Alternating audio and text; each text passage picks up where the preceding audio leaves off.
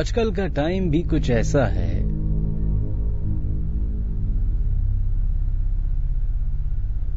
कि जो ना हो वो कम है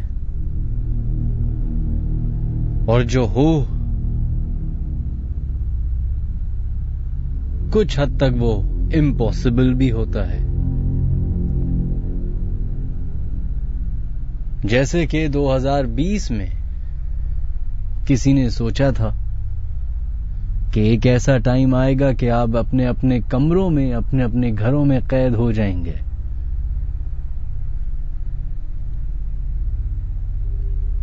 स्कूल नहीं जाएंगे, दफ्तर नहीं जाएंगे, यहां तक कि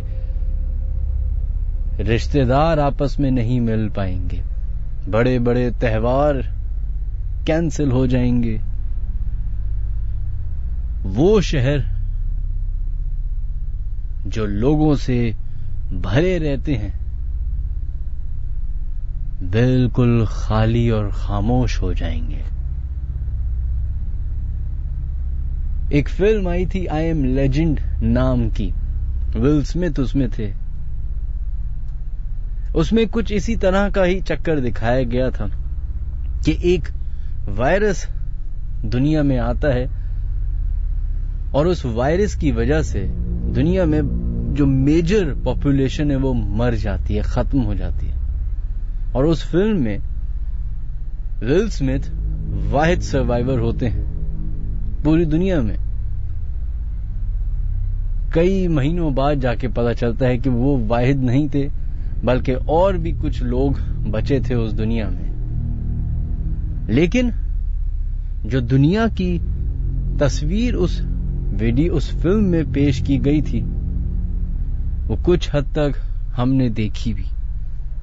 न्यूयॉर्क जैसा बड़ा शहर खामोश, लंदन जैसा बड़ा शहर गुप अंधेरे में, यहां तक कि कराची जो कभी नहीं सोता उसको भी मैंने अंधेरे में डूबा हुआ देखा।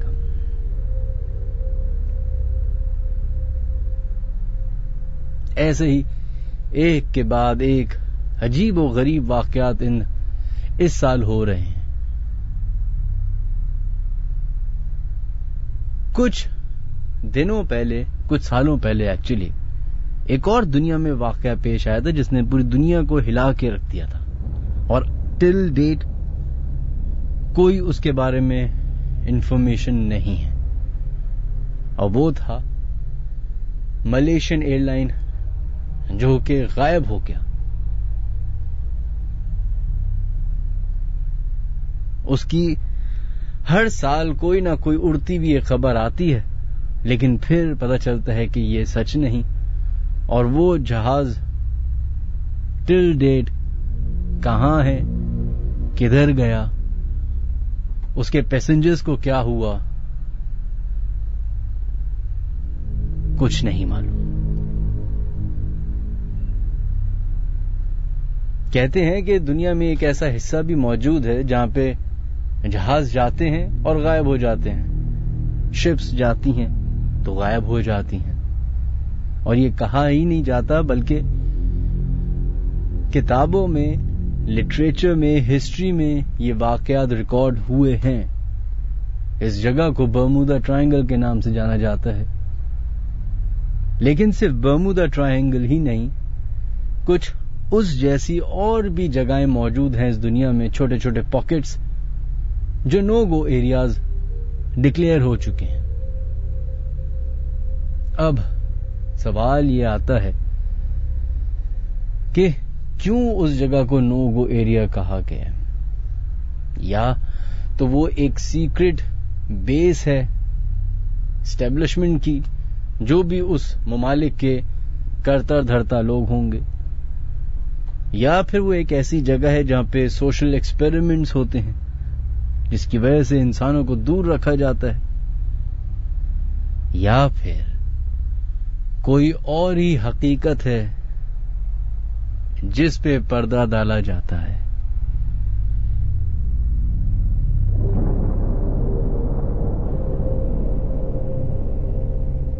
जनाब, शुरू में हमने टेक्नोलॉजी की बात की थी, तो अपने प्रोग्राम का आगाज भी हम एक ऐसे वाक़े से करते हैं जिसका थोड़ा बहुत टेक्नोलॉजी से भी ताल्लुक है।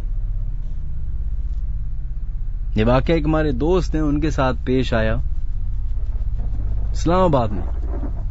नई उनकी अभी शादी को 2-3 साल ही हुए थे, तो वो इस्लामाबाद शिफ्ट हो गए। उनकी जॉब थी वहां पे,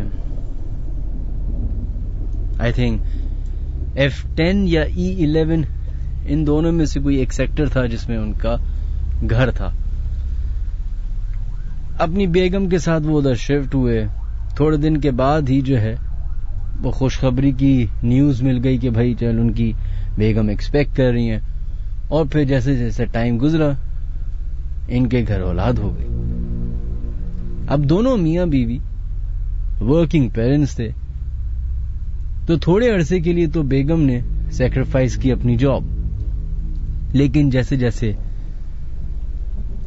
बच्चा जो है वो 2-3 साल का हुआ, तो वालिद ने और वालदा ने डिसाइड किया कि एक ग्रैनी या नैनी या जो भी केयर टेकर हैं उनको रख लेते हैं, ताकि ये दोनों जॉब कर सकें और फिर बच्चे का भी कोई ख्याल रख सके। इसी दौरान में इन्होंने अपना घर शिफ्ट किया। ऑब्वियसली जब फैमिली बढ़ती है, जिम्मेदारियां बढ़ती हैं, जगह चाहिए होती है आपको, तो उन्होंने अपना घर थोड़ा सा बेहतर लोकेशन पे, थोड़ा सा बड़ा सा, जैसे इस्लामाबाद में आप लोग जानते हैं, ले लिया। जिस घर में वो शिफ्ट हुए, उस घर के जो मालिक मकान थे वो नीचे ही रहते थे। सिर्फ एक बूढ़ा बूढ़ी, उनके कोई बच्चे नहीं, पाकिस्तान में नहीं थे, सारे बाहर रहते थे और वो ही दोनों बेचारे इधर रहते थे। तो उनको भी इनका सहारा मिल गया, इनको भी एक सहारा मिल गया कि चलो कोई अगर घर में ना हो तो एटलीस्ट ये दो मौजूद हैं जो थोड़ी बहुत निगरानी रख सकते हैं। खैर ये चले जाया करते थे और फिर वापस जैसे एक रूटीन होता है कि आ जाया करते थे अपने दफ्तर से, फिर बच्चे के साथ टाइम स्पेंड करते थे। थोड़े दिन के बाद उनकी नैनी ने जो है कहा कि भाई मुझे थोड़े दिन के लिए छुट्टी चाहिए, मुझे अपने घर जाने, अपने बच्चों के लिए मिलने मिलाने। उन्होंने कहा ठीक है। इन दोनों माँ बाप ने जो है, क्योंकि इनके साल की वो छुट्टियां बची हुई थी, तो इन्होंने डिसाइड किया कि हम भी एक काम करते हैं, अप नॉर्थ निकलते हैं और नैनी जो है वो चली जाएगी अपनी छुट्टी पे। दोनों चले गए, वो अपने रास्ते चले गए, माँ बाप और बच्चे को लेके वो अप नॉर्थ चले गए। कहते हम लोग नथिया गली का प्लान किया हुआ था, हम नथिया गली पहुंच गए। वहां पे एक कॉटेज उन्होंने रेंट आउट किया और 3-4-5 दिन के लिए वो लोग उसका पैसे वैसे दिए उन्होंने। उनका बस हम अब इधर रहेंगे 5-6 दिन, 1 हफ्ते के लिए, जितना भी। अपने साथ एक बेबी मॉनिटर होता है जो अक्सर अब बहुत जरूरी हो गया, और उस वक्त ज्यादा जरूरी हो गया कि अगर आप लोग ऊपर नीचे रहते हैं या आपका किचन नीचे है और आपके बच्चे का रूम दूर है, और अगर आपका बच्चा रूम में है, सो रहा है, या फिर आप उसको मॉनिटर करना चाह रहे हैं, तो आपके पास एक्सेस होता है, आप देखते रहते हैं अपने मोबाइल पे। तो वो अपने उसके साथ ले गए। इनका हम लोग अपने रिलैक्स करने जा रहे हैं, तो बाहर बहुत बड़ा सा गार्डन था उस कॉटेज में। तो उन्होंने कहा कि हम बच्चे को सुला के मॉनिटर लगा के अपना बाहर जितनी भी जगह वॉक करने की या चाय पीने की, जो भी ग्रिल करने के लिए, हम ये कर लिया करेंगे, और साथ साथ बच्चे पे भी नजर रहेगी कि वो जागा तो नहीं, उठा तो नहीं। अब कहते हैं 1-2 दिन तो गुजरे, हमें थोड़ा बहुत ये महसूस होना शुरू हुआ कि इस पूरे इलाके में हमारे अलावा भी कोई है। क्योंकि पहाड़ी इलाका है, तो अक्सर लोग जो है वो जंगलों के रास्तों से ही ऊपर नीचे करते हुए अपने अपने मकानों की तरफ जाते हैं। तो इनको लगा कि हो सकता है इसी तरह ही हूं। कहते हैं 2 दिन गुजरे, तीसरे दिन मैंने और मेरी बेगम ने डिसाइड किया कि हम लोग बाहर गार्डन में बारबेक्यू करते हैं। बारबेक्यू का सारा सामान वहां मौजूद था, बस गोश्त वगैरह जो मसाले वसाले होते हैं वो लेके आए। इन्होंने बच्चे को सुलाया, मॉनिटर ऑन किया और अपना ग्रिल करना शुरू कर दिया। कहते हैं अब मुझे मॉनिटर मेरे बराबर में था तो मुझे ऐसा लगा जैसे मेरा बच्चा उठा है, जैसे वो बातें कर रहे हैं। कहते मैं फौरन उठा, भागा कमरे में, तो मैंने देखा कि मेरा बच्चा असल में उठा हुआ था और बिल्कुल ऐसे बैठा हुआ था जैसे खिड़की की तरफ देख रहा है। खिड़की के उस पार ऑब्वियसली एक तो अंधेरा था, ऊपर से पहाड़ी इलाका था, तो खाई और पहाड़ी पहाड़ थे। तो मुझे ऐसा लगा कि शायद उठ के उसने देखा होगा कि ये कौन सी जगह है, जो बच्चे यूजुअली होता है नई जगह पे आके। कहते मैंने उसको फौरन सुलाया, वो सो गया। मैं वापस अपनी बेगम के पास आया, उसको बताया कि वो बच्चा उड़ गया था तो मैंने सुला दिया, फिक्र नहीं करो। अभी आधा पौना घंटा ही हुआ था कि दोबारा से मुझे अपने बच्चे की आवाज आना शुरू हुई उस बेबी मॉनिटर में से। कहते फिर मैं गया भाग के। कहते मैंने दरवाजा खोला ही जैसे तो मुझे लगा कि मेरा जो बच्चा है वो किसी से बात कर रहा था। और बात क्योंकि बच्चे की उम्र कोई 3-4 साल थी, तो वो कोई ये भी नहीं कि प्रॉपर बड़ों की तरह बात कर रहा हो, लेकिन कुछ ऐसा था कि वो किसी से कम्युनिकेट कर रहा है बाकायदा। कहते मुझे उस वक्त तक कोई शक नहीं हुआ, मुझे लगा कि जाग गया है तो जाहिर है रो रहा होगा, या रोते रोते, बहुत सारे बच्चे होते हैं वो रोते नहीं है, वो इधर उधर देख रहे होते हैं, अम्मा अब्बा इस तरह कर रहे होते हैं। कहते मैं फिर बैठ गया उसके साथ और उसको सुलाने की कोशिश करने लगा। अब कहते हैं मैंने फील करना शुरू किया कि मेरा बच्चा बेचैन हो रहा है। मुझे हुआ कि नई जगह है, चीजें अपने हिसाब से नहीं हैं, बच्चा अपने कमरे में नहीं है, बहुत सारे और सर्कमस्टांसेस हैं, तो हो सकता है डिस्टर्ब हो रहा। खैर थोड़ी देर के बाद बच्चा फिर सो गया। अब ये वापस आए, इतनी देर में खाना वाना जो है वो ग्रिल्ड हो चुका था। बैठे आके खाने की टेबल पे खाना खाना शुरू ही किया कि बेबी मॉनिटर पे फिर आवाज आना शुरू हुई। लेकिन इस दफा उस बच्चे की आवाज के साथ किसी और की भी आवाज थी। ऐसी आवाज जैसे कोई तकलीफ में हो।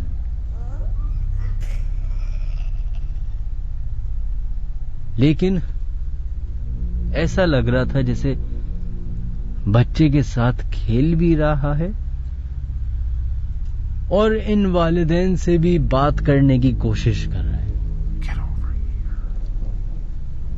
कहते उस वक्त मेरी वाइफ फौरन भागी कमरे में कि कहीं ऐसा तो नहीं कि कोई और आ गया हो, चोर आ गया हो, फलाना ढिमकाना।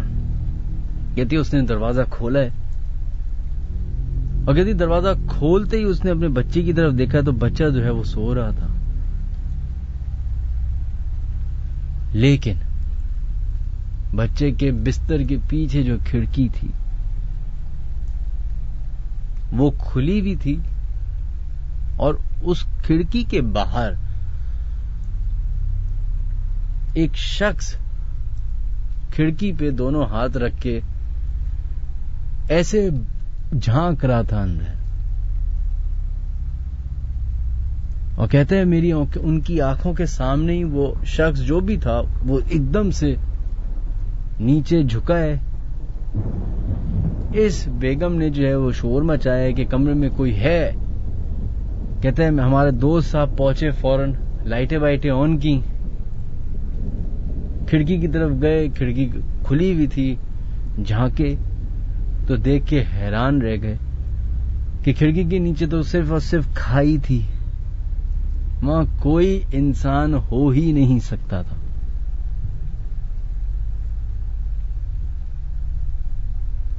अब ये जैसे ही पलटे हैं तो इन्होंने अपने बच्चे के बिस्तर पे बाकायदा खून के निशान देखे, और वो खून के निशान इस तरह थे जैसे कोई शख्स चल कर खिड़की से उस बच्चे के बिस्तर तक आया है और फिर वापस खिड़की की तरफ गया है और फिर नीचे गया है।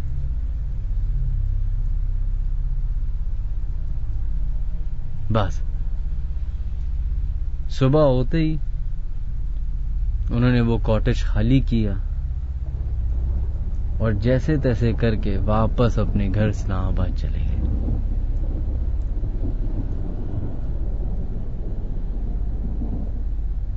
Ladies and gentlemen, friends and fellows, welcome to the Late Night Horror Show.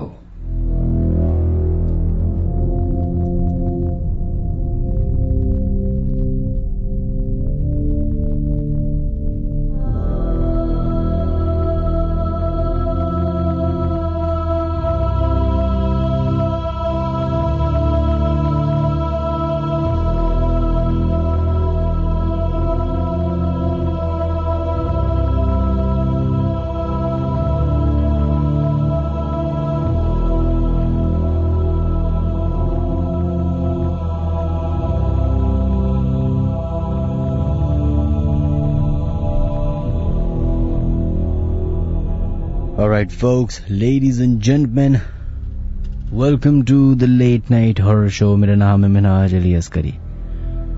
तमाम सुनने वालों को अस्सलाम वालेकुम। जैसा कि शो का नाम है, आप लोग गेस कर चुके होंगे कि हम लोग बात करते हैं जिन्नात और उनसे रिलेटेड वाकयात की, वो वाकयात जो आपके साथ और हमारे साथ पेश आते हैं, वो वाकयात जिन पे अक्सर लोग क्वेश्चन मार्क लगा देते हैं,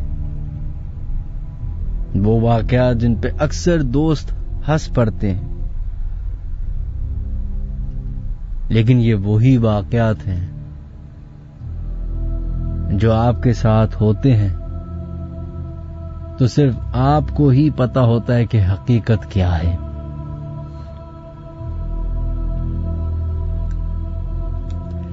हमारे प्रोग्राम में शामिल होने के 5-6 तरीके हैं जो कि मैं जल्दी से बता देता हूं। हमारे प्रोग्राम में शामिल हो सकते हैं आप लोग। सबसे पहले अपनी हाजिरी लगाइए, अपने मोबाइल के क्रिएट मैसेज या न्यू मैसेज में जाएं, उधर लिखिए KHI स्पेस दीजिए, अपना नाम लिखिए और अपना SMS अपनी हाजिरी के साथ भेज दीजिए 6278 पे। वो तमाम लोग तो हमें जरूर मैसेज करें और बताएं कि आप लोग हमें प्रोग्राम सुन रहे हैं। इसके अलावा अगर आप लोग हमें कॉल करना चाहते हैं तो कॉल कर सकते हैं 021-3432-6675 या फिर 021-3432-6676 पे। इसके अलावा अगर आप लोग हमें ईमेल करना चाहते हैं तो official.minhajaliaskari@gmail.com पे हमें अपनी ईमेल भेज सकते हैं। और इसके अलावा सबसे इंपॉर्टेंट, हमारा YouTube चैनल है, उसको सब्सक्राइब कीजिए www.youtube.com/minhajaliaskari। उसके अंदर आपको हमारा लेट नाइट हॉरर शो की पूरी एपिसोड्स मिल जाएंगी। B, YouTube के एक्सक्लूसिव कंटेंट भी उसके अंदर मौजूद है जो हम रेडियो पे नहीं चलाते, वो सिर्फ YouTube पे होता है। तो बेहतर है कि आप YouTube चैनल भी सब्सक्राइब कर लीजिए। वो तमाम लोग जो हमारा प्रोग्राम पाकिस्तान से बाहर सुनते हैं या पाकिस्तान में सुनते हैं या कहीं भी सुनते हैं और वो ईमेल की परेशानी से, लिखने की परेशानी से भागते हैं, तो फिर वो हमें बेस्ट है अपनी आवाज रिकॉर्ड करके भेज सकते हैं। व्हाट्सएप के जरिए अपने फोन को रिकॉर्ड कीजिए अपनी आवाज। बस 2-4 चीजों का ख्याल रखिए, पंखा बंद हो और कमरे का सबसे खामोश जगह जाइए, उधर बैठ के अपनी आवाज रिकॉर्ड कीजिए और अब आप ईमेल कर सकते हैं official.minhajaliaskari@gmail.com पे।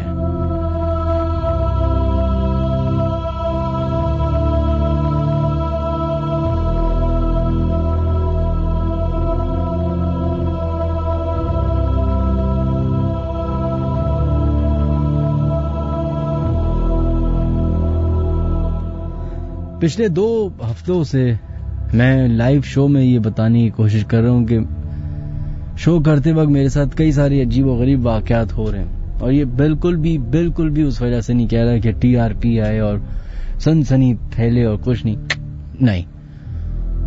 लेकिन ये हो रहा है मेरे साथ पिछले 2 हफ्तों से। लास्ट हफ्ते का जो शो था वो तो मैंने किया ही 1-1.25 घंटे का था, क्योंकि उसके दौरान इतनी चीजें हो रही थी कि मेरा शो करना बड़ा प्रॉब्लमैटिक हो चुका था मुझे। अब मैं कैसे समझाऊं आपको कि मुझे साए नजर आ रहे हैं, बार बार मुझे ऐसा लग रहा है कि कोई है स्टूडियो में, हालांकि कोई भी नहीं था। आज मैं एक काम ये करूंगा, शो खत्म होने के बाद एक वीडियो बनाऊंगा अपने पर्सपेक्टिव से, तो आप लोग देख सकेंगे कि हम शो किस तरह करते हैं, और फिर मैं उस वीडियो में थोड़ा बहुत बता दूंगा कि मुझे क्या लग रहा था कि कौन कहां से क्या आ रहा है। खैर जनाब, अब हम बढ़ते हैं अपने ईमेल्स की तरफ, जो लोग हमें ईमेल्स अपनी भेज रहे हैं official.minhajaliaskari@gmail.com पे। अस्सलाम वालेकुम। जहां तक देखा गया है और सुना गया है कि हर ऐसी जगह जहां अमूमन लोगों का आना जाना कम हो, या किसी मकान का एक ऐसा हिस्सा जहां सफाई सुथराई का ना होना, उन गैर मरई ताकतों को बसने दावत देने के मुतरादिफ है। मेरा नाम सैयद मोहम्मद उस्मान है। मेरी भी सबकी तरह बहुत अच्छी जिंदगी गुजर रही थी। मेरी फैमिली 3 अफराद पर मुश्तमिल थी। वालिद का इंतकाल काफी अरसे पहले हो चुका था। खैर, मेरी वालदा ने हम दोनों भाइयों की बहुत अच्छी परवरिश की थी। वालिद के इंतकाल के बाद हमारे घर के हालात कुछ ज्यादा अच्छे ना थे, क्योंकि कमाने वाला जो चला गया था। मेरी वालदा हर वक्त बस इबादत में मसरूफ रहती थी, जिसकी वजह से हमें खुद महसूस होता था कि हमारी गैबी मदद होती है। फिर एक दिन ऐसा आया जो मेरी दुआ है कि किसी पर भी इतनी जल्दी ना आए। अपने हाथों से अपनी वालदा को दफना के आया। जाना तो सबको ही है, किसी को जल्दी, किसी को बाद में। खैर, फिर उसके बाद वही हुआ जो तकरीबन हर बैचलर के साथ होता है। घर किराए का था, तो लैंडलॉर्ड ने 2 महीने में ही मुतालबा कर दिया कि घर खाली कर दें। फिर उसके बाद घर ढूंढना शुरू किया, तो हर जगह एक ही मसला कि आपकी फैमिली ना है तो हम आपको घर नहीं दे सकते। फिर किसी दोस्त ने बताया एक घर खाली है, लेकिन अजीब सा बना हुआ है। मैंने बात खत्म होने से पहले ही उससे कहा कि भाई जैसा भी है कोई मसला नहीं, अल्लाह मालिक है, बस तुम मेरी मीटिंग करा दो। जब घर देखने गया तो अजीब सी वहशत थी। मेरा भाई छोटा था, तो मुझे खुद से ज्यादा उसकी फिक्र थी। तो जब मैंने भाई को दिखाया तो उसने कहा कि घर डन करें भाई, जो होगा देखा जाएगा। मैंने मुस्कुराते हुए उसको देखा और कहा, देखो मैं तो लेट नाइट आता हूं जॉब से, तुम्हें ज्यादातर यहां पे रहना पड़ेगा। पर वो मान गया। हम उस घर में शिफ्ट हुए। ग्राउंड फ्लोर का रास्ता अलग था, और जो हमारा घर था उसका रास्ता पीछे छोटी गली से था, जहां गंदगी वगैरह लोग फेंका करते थे। कुछ दिन तो वहां ठीक गुजरे। हम उस घर में बस यूं समझ लें कि सिर्फ सोने जाते थे। एक दफा छोटा भाई बाहर था, वक्त कोई 1 बज रहा होगा। मैं रूटीन की तरह इशा रात में पढ़ता हूं। मैं नमाज पढ़ रहा था तो मुझे ऐसा लगा जैसे किसी ने दरवाजा बजाया हो, और अचानक से एक ऐसी फीलिंग आई जिसे रोंगटे खड़े हो गए। नमाज से फारिग होकर देखा तो कोई भी नहीं था घर में। मैं समझा कि शायद भाई आया है। गली में झांक कर देखा तो अंधेरा गुप्त था। बाहर उस बात को नजरअंदाज कर दिया। फिर एक दिन मैं जॉब से वापस आया तो भाई की कॉल आई कि मैं खाला के घर आया हूं, रात वहीं रुकूंगा। मैंने दिल में सोचा आज की रात अल्लाह रहम करे। सर्दियों की रात थी, मुझे याद है मैंने तमाम मेन गेट और अपने सहन की विंडोज खुद बंद की थी और अपने कमरे का दरवाजा आज पहली बार बंद किया था अकेले होने की वजह से। मैंने ईशा की नमाज पढ़ी और अपने बेड पर लेट गया।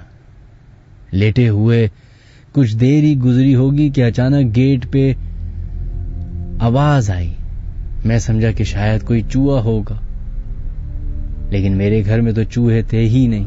फिर सोचा कि हवा से हुआ होगा, लेकिन सब कुछ बंद करके मैं खुद आया था। हवा का आना पॉसिबल ही नहीं था। ये सोच ही रहा था कि फिर दस्तक हुई। इस बार तो मैं उठकर बैठ गया। फिर अचानक जोरदार गेट बजने की आवाज आई और साथ झांझर बजने की भी आवाज आई, जैसे चलने की होती है। मैं उठा और मैं झटके से गेट खोला, लेकिन मुझे सिर्फ एक हवा का झोंका महसूस हुआ। उसके बाद सब नॉर्मल हो गया। अल्लाह का करम है, नमाज की पाबंदी की वजह से जिस्म पाक रहता है और घर में नमाज की पाबंदी से चाहे कोई कितना बुरा भी हो वो आपको नुकसान नहीं पहुंचा सकता। मेरे साथ ऐसा क्यों हुआ, उसकी वजह मेरा अपने रूम का दरवाजा बंद करना था, जो उस मखलूक को शायद अच्छा नहीं लगा। फिर मैंने बाआवाज होकर कहा कि मैं यहां रहना चाहता हूं, मेरा भाई यहां अकेला रहता है। मेरे साथ जो अभी किया है अपने उसके साथ कभी मत करना। वाकई ऐसा ही हुआ कि उसको कभी उस घर में डर नहीं लगा। पर फिर तकरीबन साल बाद मैंने वो घर शिफ्ट किया तो वहां के एक बुजुर्ग, उन्होंने मुझे रोका और पूछा, बेटा आप 2 लोग हो और यहां तकरीबन साल रहे हो। मुझे तो हैरत हो रही है। तो मैंने उनकी शक्ल पे एक मुस्कुराहट देखी। मैंने उनसे पूछा, आप मुस्कुरा क्यों रहे हैं? तो उन्होंने कहा, बेटा ये घर कई सालों से खाली था, कोई यहां हफ्ते या महीने से ज्यादा नहीं टिक पाता था और तुम 2 बच्चे अकेले रहे। तो मैंने कहा, अंकल अल्लाह ने कहा है कि पाक साफ रहो और मेरा एहकाम मानो, फिर तुम्हारी जिम्मेदारी मेरी, तो किसी की क्या मजाल कि कुछ कर सके। वो बुजुर्ग मुझे देखकर मुस्कुराते हुए मेरे कंधे पर हाथ रखकर चले गए। लेकिन वो घर हमारे जाने के बाद जिसको मिला रहने के लिए, उन सब के साथ कुछ ना कुछ अजीब वाकयात होते ही रहे।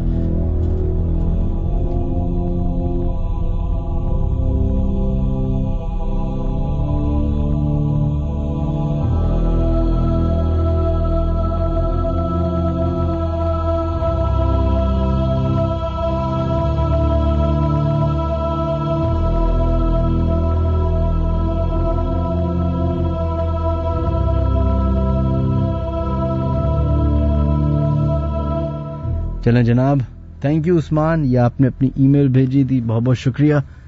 बढ़ते हैं अपने फर्स्ट कॉलर की तरफ। अगर आप लोग हमें कॉल करना चाहते हैं तो कॉल कर सकते हैं 021-3432-6675 या फिर 021-3432-6676 पे। देखते हैं लाइन पे कौन है मौजूद। हेलो अस्सलाम वालेकुम। वालेकुम अस्सलाम जनाब, कौन है हमारे से लाइन पे मौजूद?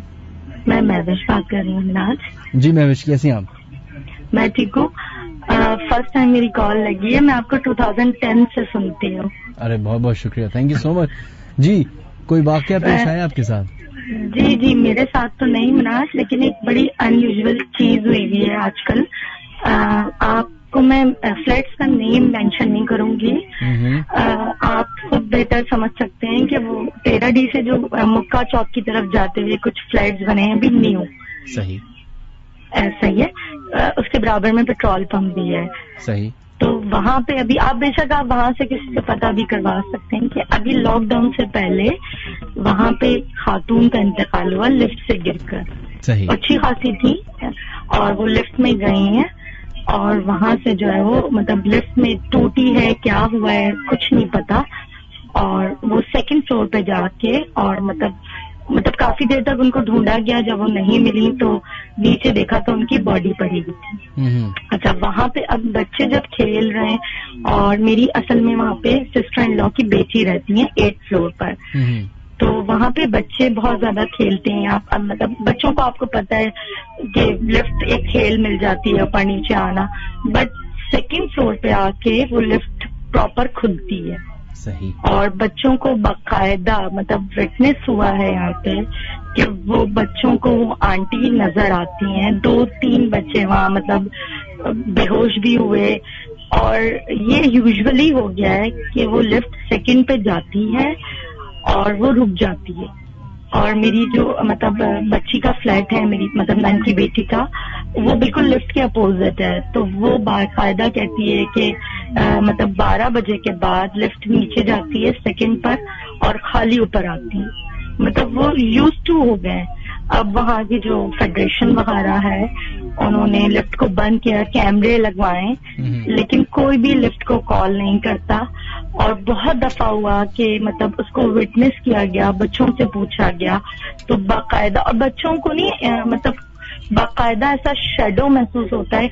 और उस 2nd फ्लोर के जितने घर थे, आप बिलीव करो कि वो तमाम अपने घर खाली करके चले गए, क्योंकि पैरानॉर्मल एक्टिविटीज उनके घरों में होने लगी है। किसी की बाहर से कुंडी लगी होती है, कभी किसी क्या कुछ होता है, अब पूरी बिल्डिंग की लाइट आ रही होती है और 2nd फ्लोर की लाइट चली जाती है। तो ये हुआ है। वो मेरी अपनी बच्ची भी बहुत परेशान है, बट जाहिर सी बात है कहीं से मूव होना इतना आसान नहीं है, लेकिन ये हुआ है। तो उनके साथ कभी वाकया पेश आया उनके अपने साथ? जी, उनके साथ हुआ है। वो जब वो जाती हैं तो वो कह रही हैं कि बहुत नॉर्मल अब होने लगा है कि हम 8th फ्लोर से जाते हैं और लिफ्ट मतलब डेफिनेटली 2nd पे जाके रुक जाती है। उसके बाद 2 सेकंड या लम्हे के लिए रुकती है, और मतलब उसके बाद वो नीचे बेसमेंट में और ग्राउंड पे और 1st फ्लोर पे जाती है।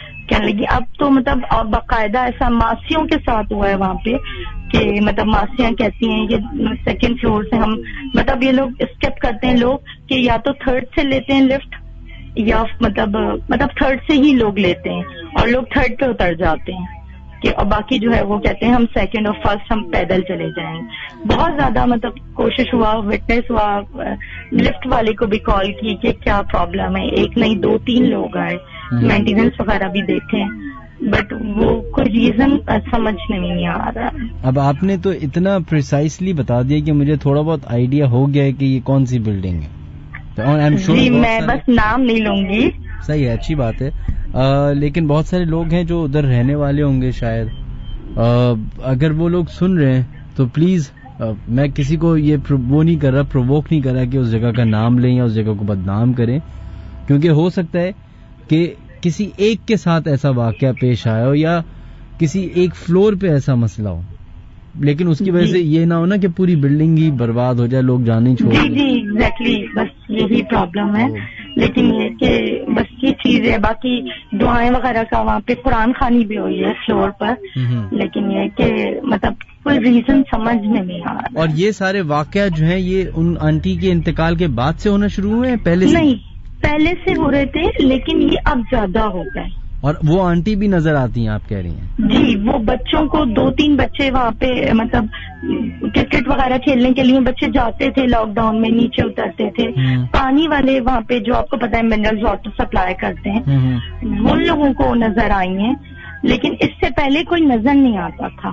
कुछ वहाँ पे है, क्या है, मतलब आप पूरी बिल्डिंग की लाइट जल रही होती है, वो 13 फ्लोर तक है, और 2nd फ्लोर की लाइट नहीं जलती, और जो 2nd फ्लोर वाले ये वो बहुत अच्छा, एक मुझे बात बताएगा, ये अपार्टमेंट व्हाइट कलर के तो नहीं है या ब्राउन कलर के हैं?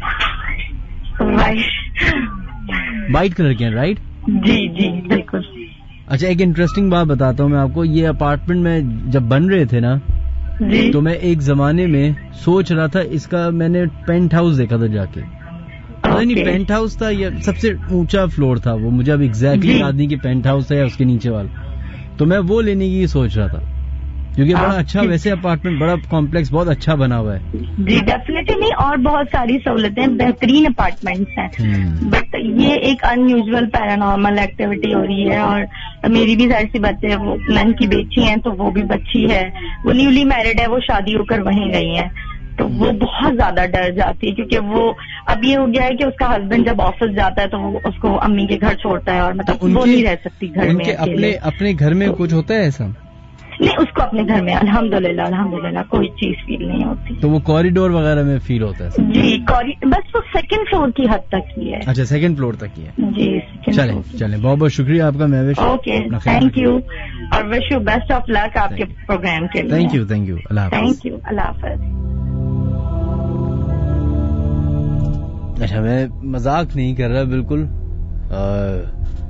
ये अपार्टमेंट मैं देखने गया था और मुझे बहुत पसंद आया था कि शहर के बीचों बीच जिस तरह का मैं चाह रहा था अपार्टमेंट मुझे मिले। तो ये एक है बिल्कुल ही, अभी आई थिंक ये मैं 2-3 साल पुरानी बात कर रहा हूँ, या 4 साल पुरानी, मैक्सिमम 4-5 साल पुरानी बात कर रहा हूँ।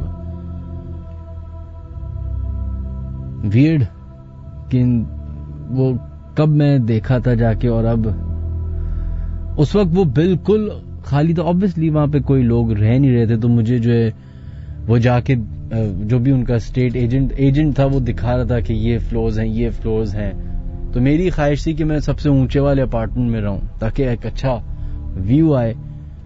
तो उसके टॉप फ्लोर पे जब मैं गया तो व्यू बिल्कुल अच्छा नहीं था। कब्रिस्तान भी सामने नजर आ रहा था और सामने वो नाला भी था, तो अजीब सा कुछ था। तो जिसकी वजह से मैंने कहा नहीं यार, ये तो कोई इतना अच्छा व्यू नहीं आ रहा। फिर वजूहात की वजह से मैंने उधर कोई अपनी छोटी सी जो मैं इन्वेस्टमेंट करना चाहा था वो नहीं की, हो गया। लेकिन थैंक यू महविश कि आपने वहां का एक बड़ा इंटरेस्टिंग वाकया बताया है। हो सकता है कि वहां के सुनने वाले लोग हमारा प्रोग्राम सुन रहे हो, तो अगर ऐसा है तो जरूर मुझे बताइएगा। खैर, बढ़ते हैं अपने कुछ और मैसेजेस की तरफ जो लोग मुझे भेज रहे हैं।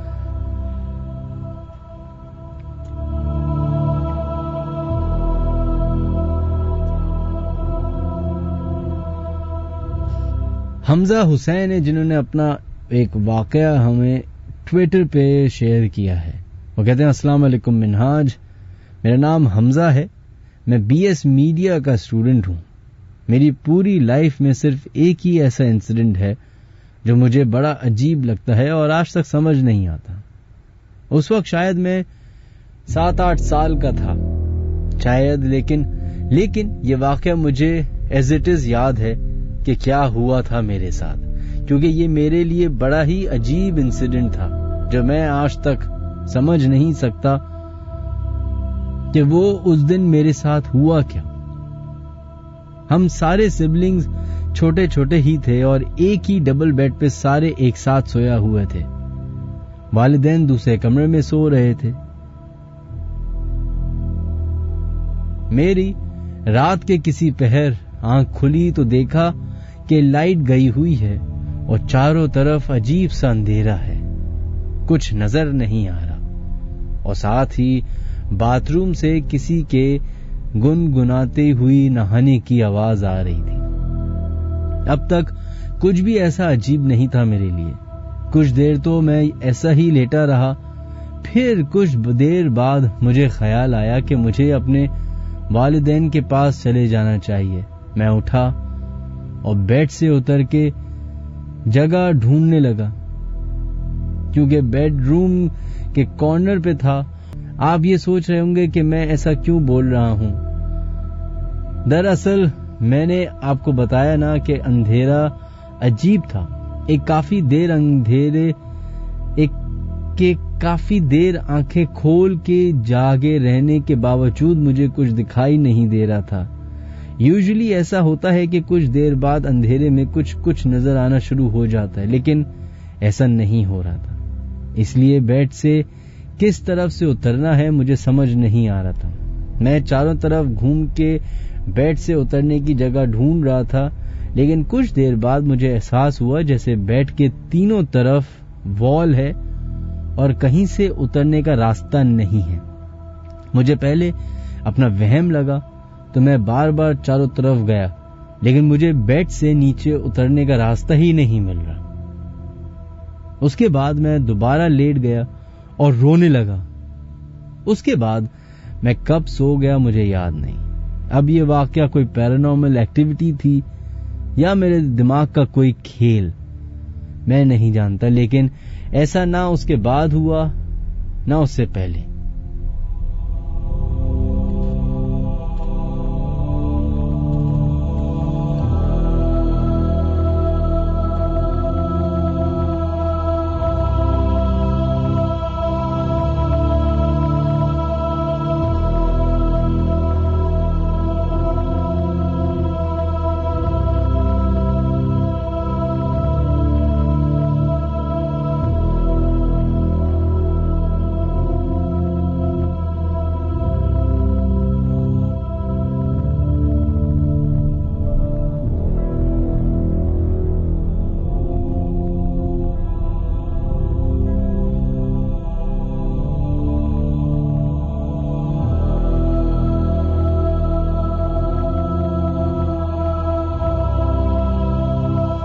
चलें जनाब, बढ़ते हैं अपने नेक्स्ट कॉलर की तरफ और देखते हैं लाइन पे कौन है मौजूद। हेलो, अस्सलाम वालेकुम। वालेकुम अस्सलाम जनाब, कौन है हमारे से लाइन पे मौजूद? जी मैं जहांगीर बात कर रहा हूँ कराची से। जी जहांगीर साहब, कैसे हैं आप? अल्लाह का बड़ा है। क्या करते हैं जहांगीर आप? मैं ये एग्रीकल्चरिस्ट हूँ। जी क्या है? एग्रीकल्चरिस्ट, परिंदों की फार्मिंग वगैरह कराते हैं। अच्छा अच्छा अच्छा, एनिमल फार्मिंग करते हैं आप? एनिमल परिंदे जाते हैं, परिंदे वगैरह इनके केजेस बनाते हैं। अच्छा, तो कोई ऐसा वाक्य है जो आपके साथ हुआ और आप हमसे शेयर करना चाहते हैं? एक किताब है बाबा याया की, उसका नाम है पिया रंग काला। ये छपती भी रही है, मिल भी जाती। इसमें इन्होंने कुछ वाक्यात लिखे जो कि दुनिया में कोई बोने हैं और जो लोगों ने देखे भी हैं। जैसे उन्होंने लिखा था कि शाही किले के इसकी खुदाई और इसी कुछ तुर्क इंजीनियर काम कर रहे थे और अकबर बादशाह का दौर था। तो कुछ बोने जो है वो आए और उन्होंने कहा कि अगर आप खोदेंगे तो हमारी पूरी आबादी खराब हो जाएगी, हमारे मज़ारात है, हमारे पूरी जिंदगी हमारी, तो हम फिर आपके खिलाफ एक्शन करेंगे। तो बादशाह ने उनको बुला लिया, तो वो बोना आया और मिला और सद मलका को उसने एक तस्बीह दी, तोहफा दिया।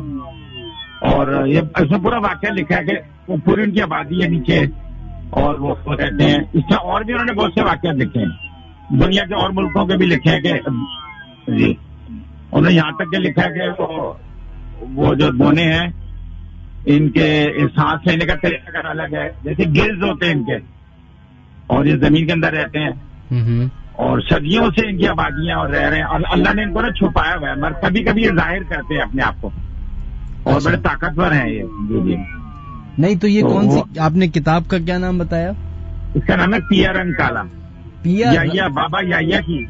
नहीं तो ये इंग्लैंड में रहते हैं। नहीं, ये असल वाकयात हैं या कहानियां हैं सिर्फ? ये नहीं असल वाकया है। असल एक पूरी दुनिया है बोनों की जो जमीन के नीचे है। अच्छा, और ये हर मुल्क में आपको मिलेंगे, हर मुल्क की ये भी मिलेंगे। तो आपने देखे हैं? अच्छा जहांगीर साहब, आपने ये किताब पढ़ी है? जी मैंने पढ़ी। तो उसका कोई इंटरेस्टिंग बात बता दें, कोई बहुत ही इंटरेस्टिंग जो आपको याद हो अभी तक। बनी इंटरेस्टिंग तो मैं बताया कि शाही किले की कोई तुर्क इंजीनियर वहाँ शाही किले बना रहे थे उस वक्त। सही। उसमें जो है वो एक खुदाई करते करते मुकाम पे पहुंचे तो फिर वो बोने जो है वो हाजिर हो गए। उन्होंने कहा कि खुदाई करेंगे तो हम बहुत नुकसान पहुंचाएंगे आपको। फिर वो बादशाह था कि मिले भी बोनों का जो वहाँ का बादशाह था मिला, उसने बादशाह को तोहफा दिया और वो तस्बीह जो दी वो बाजरे के बराबर थी। तो मुझे एक बात बताइए, ये शाही किला की तो मतलब ये इन्फॉर्मेशन बाबा जी के पास कैसे आ गई? वो तारीख से उन्होंने ली होगी। इस तरह उन्होंने स्वीडन के और बड़े बड़े वाक़यात देखे हैं उन्होंने। अच्छा, बहुत बड़ी दुनिया में उन्होंने कहा कि पूरी दुनिया है बोनों की। अच्छा जहांगीर साहब, अगर आप एक काम कर सकें, यही किताब का नाम और जो मुसन्निफ हैं, अगर आपके पास कोई लिंक है तो मुझे वो ईमेल कर दें।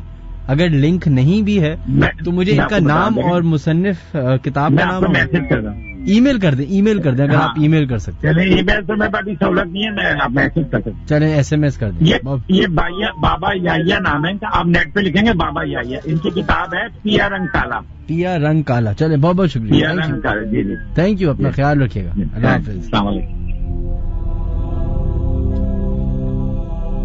चले, हम जिस मखलूक की हम बात करें अपने शो में, जिसे हम जिन्नात कहते हैं, कोई गोस्ट कहता है, कोई कुछ कहता है, ये एग्जिस्ट तो करते हैं और ये सभी मानते हैं बात। कुछ लोग खौफ से मानते हैं कि वो मजहब में कहा गया है, अगर हम नहीं मानेंगे तो लोग कहेंगे कि ये मजहब के खिलाफ जा रहे हैं और ये और वो, तो वो वैसे बोल देते हैं कि हाँ हम मानते हैं फलाना। लेकिन कुछ लोग होते हैं जो असल में मानते हैं, उनकी एग्जिस्टेंस को क्वेश्चन नहीं करते। बहुत सारी ऐसी महफिलों में मैं बैठता हूं जहां पे वही लोग, अगर उनको माइक पे बिठा दूं मैं, तो वो ये कहेंगे कि हाँ जी बिल्कुल वो मजहब में तो है, हम मानते हैं कि है। लेकिन जैसे ही माइक बंद होता है या वो ऐसी प्राइवेट महफिल में जाते हैं तो वो कहते हैं कि भाई हम तो बिल्कुल ही नहीं मानते, और नाउजुबिल्लाह कुछ भी XYZ।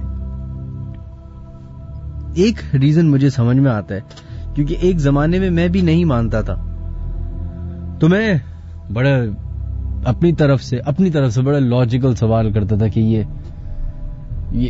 वहम है इंसान का। आप अकेले होंगे कमरे में तो ऑटोमेटिकली आपका दिमाग जो है चीजें परसीव करना शुरू करेगा, इमेजिन करना शुरू करेगा। आपका दिमाग इतना स्ट्रांग है कि वो सोते हुए भी चल रहा होता है, तो it's always working, you're always busy. आपका पूरा जिस्म सो जाएगा लेकिन दिमाग है जो चलता रहेगा। वो इतना तेज है कि आपको ख्वाब भी दिखाता है, फ्यूचर भी दिखाता है, पास्ट भी दिखाता है। वो अजीब अजीब चीजें बताता है ख्वाब के जरिए, जो जैसे मेरे साथ अक्सर होता है कि मुझे डेजावूज होते हैं। मुझे कभी ऐसा फील होता है कि अरे ये तो चीज मैंने पूरी देखी हुई है, और फिर मुझे याद आता है कि यार ये तो ख्वाब में देखा था किसी को भी 4 महीने पहले, 2 महीने पहले। या फिर कुछ ऐसी चीजें भी हो जाती हैं लोगों के साथ कि उनका आने वाले टाइम का पता चल जाता है, या फिर माजी की कुछ ऐसी गलतियां हैं जो उनको ख्वाब के जरिए पता चलती है कि हमने ये गलती की थी उस वक्त, तो हमें इसका अब ये वजह बनी है प्रॉब्लम की। जैसे कि मैंने पहले भी बताया था कि मेरी खाला के साथ बड़ा एक इंटरेस्टिंग वाकया हुआ था। उनके ससुर का अचानक से इंतकाल हो गया। अचानक से मुराद के बीमार हुए और हो गया, एजेड तो थे ही। उनका एक लॉकर था, बहुत इंपॉर्टेंट लॉकर था, उसकी चाबी थी। उस लॉकर के अंदर इंपॉर्टेंट तरीन डॉक्यूमेंट्स थे, और वो चाबी जो है किसी को नहीं पता थी कि वो किधर है। और अब वो लॉकर भी पुराने जमाने के लॉकर, आपको पता है ना, वो तिजोरियां, सेठ साहब की तिजोरियां, उनको बॉम्ब उड़ाएंगे तो ही वो उड़ेंगे। तो ये लोग परेशान हो गए कि भाई बड़ी इंपॉर्टेंट चाबी है वो, अगर वो चाबी नहीं मिली तो इसमें जो भी डॉक्यूमेंट्स हैं, घर बिकना है, ये है वो है फलाना है। तो काफी दिन परेशान रहने के बाद अब यहां पे इंटरेस्टिंग बात आती है कि मेरी खाला को ख्वाब में उनके ससुर नजर आए, और उन ससुर ने बताया, पॉइंट आउट किया कि चाबी जो है बहू उस जगह पे रखी हुई है। सुबह उठ के वो उस जगह गई हैं और वहीं पे जाके ढूंढा है तो चाबी मिल गई। अब बिल्कुल ये पॉसिबल है कि सबकॉन्शियसली मेरी खाला को मालूम हो कि वो चाबी कहां रखी है, कि कभी बीमारी के वक्त उनके ससुर ने उनको बताया हो, या उनके ससुर ने महफिल में बताया हो 4 लोगों को कि बेटा ये देखना, ये चाबी इधर रखी है, और उनके दिमाग में ये बात चली गई लेकिन वो भूल गई। तो कॉन्शियस उनका जो था आगे था, तो वो उनको लगा कि वो उनको नहीं मालूम, लेकिन सबकॉन्शियसली आपके दिमाग में ये बात थी, उनके दिमाग में कि चाबी उधर है। मतलब मैं अज्यूम कर रहा हूं, लेकिन ख्वाब की एक इम्पोर्टेंट रियलिटी है, एक इम्पोर्टेंस है हमारी जिंदगी में। ऐसे ऐसे ख्वाब आपको आ जाते हैं कि इंसान खौफजदा हो जाए।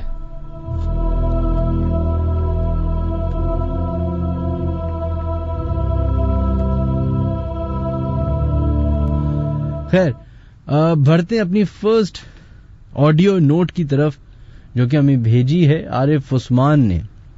और ऐसा क्या वाकया है जो वो हमसे शेयर कर रहे हैं ऑडियो के जरिए, देखते हैं। अस्सलाम वालेकुम मिनाज भाई, मेरा नाम आरिफ है और मैं आपसे एक अपना वाकया शेयर करना चाहता हूँ। दरअसल ये मेरे कज़न के साथ पेश आया वाकया, और तकरीबन ये 3 साल हो गए इस बात को। अब वो नई जगह शिफ्ट हो गए, गुलिस्तान जौहर की तरफ, जौहर चौरंगी से आगे एक अपार्टमेंट्स बने हुए, वो वहाँ पहले रहते थे। तो वो एक छोटी सी फैमिली थी, मियाँ बीवी और 2 बच्चे। मियाँ ज़ाहिर सी बात है जो काम पे जा रहा था और बच्चे स्कूल जाते थे, तो मेरी कज़न अकेली होती थी घर पे, हाउस वाइफ है वो। और वो बचपन से ही मतलब निडर टाइप की थी, है वो निडर है और बहादुर टाइप की ये है, बचपन से ही है, मतलब आम चीज़ों से वो डरती होती नहीं है। लेकिन उनके साथ ये वाक़या एक पेश आया। असल में वो जब घर पे शिफ्ट हुए वहाँ पे, तो कुछ अरसे तो नहीं हुआ, लेकिन इनके उस अपार्टमेंट के बेसमेंट में मस्जिद भी है, वहाँ पार्किंग भी है और कार पार्किंग भी और मस्जिद भी है। और वहाँ पे इशा की वक्त नमाज के बाद मतलब एक पहले तो एक ये एबनॉर्मल बिहेवियर्स सीन शुरू हुए थे, जो वहाँ पे बंदे ने कार पार्क करते हुए चीख मार के बेहोश हो गया। तो वहाँ से मस्जिद से निकले तो उसमें मेरे कज़न का शौहर भी था, तो वो भी निकला, वो भी देखा उसने। तो उसमें बंदे ने बताया कि मैंने किसी को देखा है इधर, कोई बड़ी सी चीज़ है, मतलब कोई औरत जैसी और बड़ी डरावनी किस्म की। तो वो वैनिश हो गई एकदम और उन्होंने वो बेहोश हो गया। और कुछ दिन तक वो फ्लैट पे ही रहता था लड़का, लेकिन 2-3 दिन तक उसको बुखार रहा। खैर सबने इग्नोर किया, कुछ ऐसा नहीं, फिर सब कुछ सिलसिलेदार वैसे चलता था। तो उनको जब वो शौहर उनके और बाकी सब जब काम पे चले आते थे और बच्चे स्कूल चले आते थे, तो वो जब घर पे अकेले काम वाम कुकिंग वगैरह कर रही होती थी, तो उसको अक्सर अपने जब वो वॉशरूम जाते थे तो बाहर से कोई नॉक कर रहा था। शुरू में तो वो डर गई इस वजह से कि कोई मतलब आ नहीं गया, लेकिन एक जहन भी चला था कि हमने तो सारी चीज़ें लॉक करके रखी हैं दरवाज़ा अंदर से। और अपार्टमेंट में आपको पता है कॉरिडोर में तो और भी आमने सामने फ्लैट्स होते हैं, कोई आ नहीं गया। लेकिन बहरहाल लॉक की वजह से इनको ये शोर था कि कोई आया नहीं, ये लॉक हो रहा है। तो खोल के जब देखते थे तो सारा दरवाज़ा बाहर का मेन गेट भी लॉक होता था और ये सारी चीज़ें भी लॉक होती थी। तो ये कौन नॉक कर रहा होता था, ये शुरू में इनको ये होता था, जो भी वॉशरूम जाता था नॉक करता था, बाहर से नॉकिंग की आवाज़ आती थी। फिर कुछ ऐसा हुआ कि वो जब अक्सर दोपहर में जो अकेली होती थी तो कभी कोई बच्चा भागते हुए नज़र आता था। पहले उसकी फैमिली, उसके शौहर को नज़र नहीं आती थी चीज़ें, बच्चा भागते हुए एक कमरे से दूसरे कमरे में जा रहा है, वही बच्चा कॉरिडोर में भी जाते हुए नजर आ रहा है। जबकि आपका घर लॉक है तो कॉरिडोर में बच्चा चलो पड़ोसी का भी हो सकता है, ऊपर फ्लैट से आ गया, नीचे से आ गया, बच्चे तो भागते रहते। तो उन्होंने भी ये चीज़ों को गौर किया कि, लेकिन वो डरी नहीं, लेकिन उन्होंने ये सोचा कि हाँ कुछ चीज़ है, लेकिन वो बच्चा एक कमरे से दूसरे कमरे में जाता था, गायब हो जाता था, नज़र नहीं आता। तो जब फिर कुछ दिन बाद ये गुजरता रहा तो अपने शौहर को बताया, तो उसने शौहर ने बोला तुम दुआ हुआ पढ़ के रखा हुआ करो, मतलब दम किया करो अपने पर, देखो। तो कुछ अरसे में एक औरत भी इसको नज़र आती थी, जो कि लंबी सी होती थी, सांवली सी, घुंघराले बाल, छोटे शोल्डर तक, मतलब गर्दन लंबी सी होती थी और हाइट भी लंबी होती थी। वो भी आती जाती देखते हुए, तो वो भी इधर से उधर गुजरती रही। तो अब ये ज़रा एक्स्ट्रा हो गया, तो थोड़ी सी ये घबराना शुरू हो गई। लेकिन वो मैंने जैसे कि बोला कि बचपन से थोड़ी निडर टाइप की, वो सब्र पता करके रखती थी। दुआ हुआ पढ़ लेती थी, इग्नोर करती थी, लेकिन क्योंकि जाहिर सी बात है घर अभी शिफ्ट हुआ है, सब कुछ हुआ है, तो उसने बोला कि ग्रेजुअली सब चीज़ सही हो जाएंगी या कुछ आगे पीछे। तो खैर अपने शौहर से भी बात की इसने, तो खैर उसने दुआ हुआ भी पढ़ी उन्होंने, लेकिन कुछ ऐसा होना सीन शुरू हो गया कि रोज़ अब ये जब वो औरत जब से दिखना शुरू हुई तो वो पढ़ने शुरू हो गई कहानी। अब वो वॉशरूम जाते तो वॉशरूम जाने नहीं देते, मतलब नॉकिंग स्टिल नॉक करते रहते थे बाहर से जब वॉशरूम का कोई जाता था, शायद पता नहीं क्या वजह थी, लेकिन बहरहाल अब उसके शौहर के साथ भी ये होना शुरू, लेकिन नॉकिंग कर रहे थे कोई बाहर दरवाजे में, अगर वो वॉशरूम जा रहे तो बाहर दरवाजे में नॉक करा तो वो आपस से पूछे कि तुमने नॉक किया, नहीं भाई यही तो मसला है, वो बताती थी अपने शौहर को कि ये मसला है, यही तो मैं आपको बताऊँगी। बहरहाल सबसे ज़्यादा ख़तरनाक सीन तो इसके साथ ये हुआ कि वो एक दफ़ा जब वो फैमिली सारे सो रहे थे, इत्वार वाले दिन थे, तो बंदा नॉर्मली सीधा सो रहा होता, तो जब एक वक्त में रोज़ सुबह उठने वाला स्कूल के बच्चों के लिए उसकी टाइमिंग ऐसी बन जाती कि वो चाहे इतवार भी हो सुबह आँख खुली जाती है उसकी, तो उसकी आँख वही टाइम पे सुबह जब खुली, और आप सोचो जब बंदा अगर लेटा हो सीधा और सो रहा हो और वो जब आँखें खोले तो आपके ऊपर से वो औरत देख रही थी उसको बच्चे के साथ, वो भी बच्चा भी देखता उस औरत को देखी, तब उसकी चीख भी निकल गई, तो काफ़ी घबरा गई। तो उसने बोला अपने शौहर को, शौहर तक उस वक्त तक नज़र नहीं आई, हाँ शौहर को अलबत्ता बच्चा नज़र आता था जो कॉरिडोर में, इवन मैं भी जब उनके घर जाता था तो मुझे एक बच्चा भागते हुए नज़र आता था अक्सर कॉरिडोर में, मैं लेकिन इग्नोर इसलिए करता था, मुझे तो नहीं पता होता था, मैं समझा अपार्टमेंट का ही बच्चा होगा जो उधर भागता रहता, लेकिन कॉमनली एक ही बच्चा नज़र आता था। मैंने यार ये घूमता ही रहता है इधर, कभी मैंने इत्तेफाक से क्वेश्चन भी नहीं किया उनसे, उन्होंने इसलिए किसी को नहीं बताया कि कोई मेहमान आते हुए डरे ना।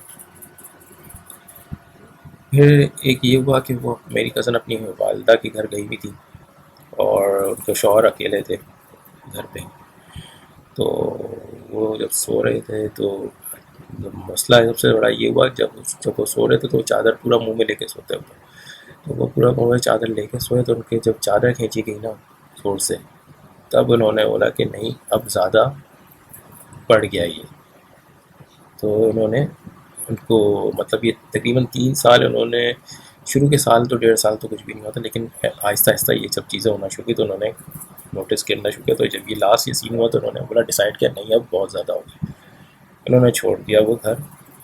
छोड़ने के बाद वो चले गए, नुकसान उनको फिल वक्त ऐसा कुछ नहीं पहुँचाया था उन्होंने, लेकिन उनको परेशान इस तरह करते थे डराने की तरीके से, तो उन्होंने घर छोड़ दिया, गुज़ारे हिजरी में घर ले लिया।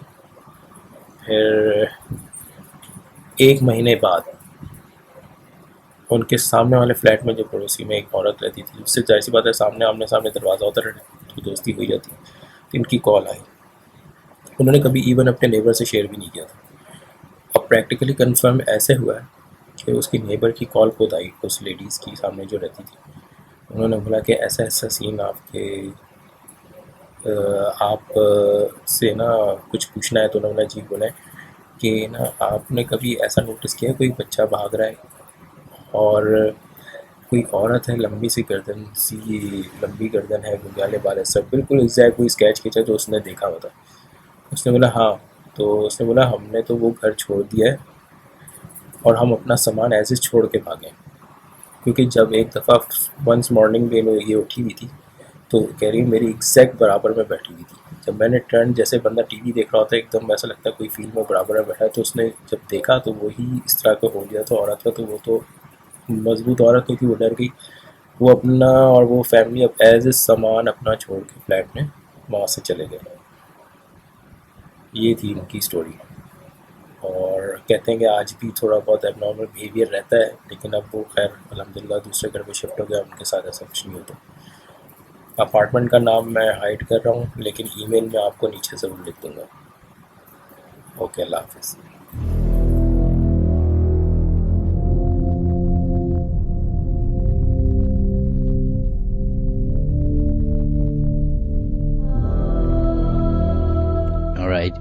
ये थे आरिफ उस्मान जिन्होंने अपनी ऑडियो हमें रिकॉर्ड करके भेजी थी, और इन्होंने गुलिस्तान जौहर में वाक़े एक अपार्टमेंट के बारे में बताया है। गुलिस्तान जौहर के और भी बहुत सारे लोगों की कॉल मेरे पास आई है शो में, आप लोगों ने सुनी होगी, और वहाँ के मुख्तलिफ अपार्टमेंट्स के बारे में लोगों ने बताया है कि उनके साथ क्या क्या वाक़यात होते रहते हैं।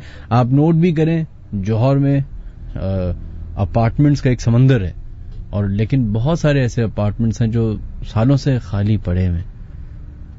कुछ के ऊपर लीगल मसले हैं और कुछ के साथ इस तरह के वाक़यात की वजह से उनको बंद कर दिया गया है। बढ़ते हैं अपने नेक्स्ट कॉलर की तरफ और देखते हैं लाइन पे कौन है मौजूद। अगर आप लोग भी हमें कॉल करना चाहते हैं और अपने साथ हुआ वो वाक़या कोई शेयर करना चाहते हैं जिन्नात से रिलेटेड, तो आप हमें कॉल कर सकते हैं 021-3432-6675 या फिर 021-3432-6676 पे।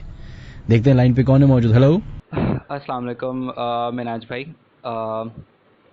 अच्छा, ये वाक़या जो है, मैं कराची से बात कर रहा हूँ, तलहा।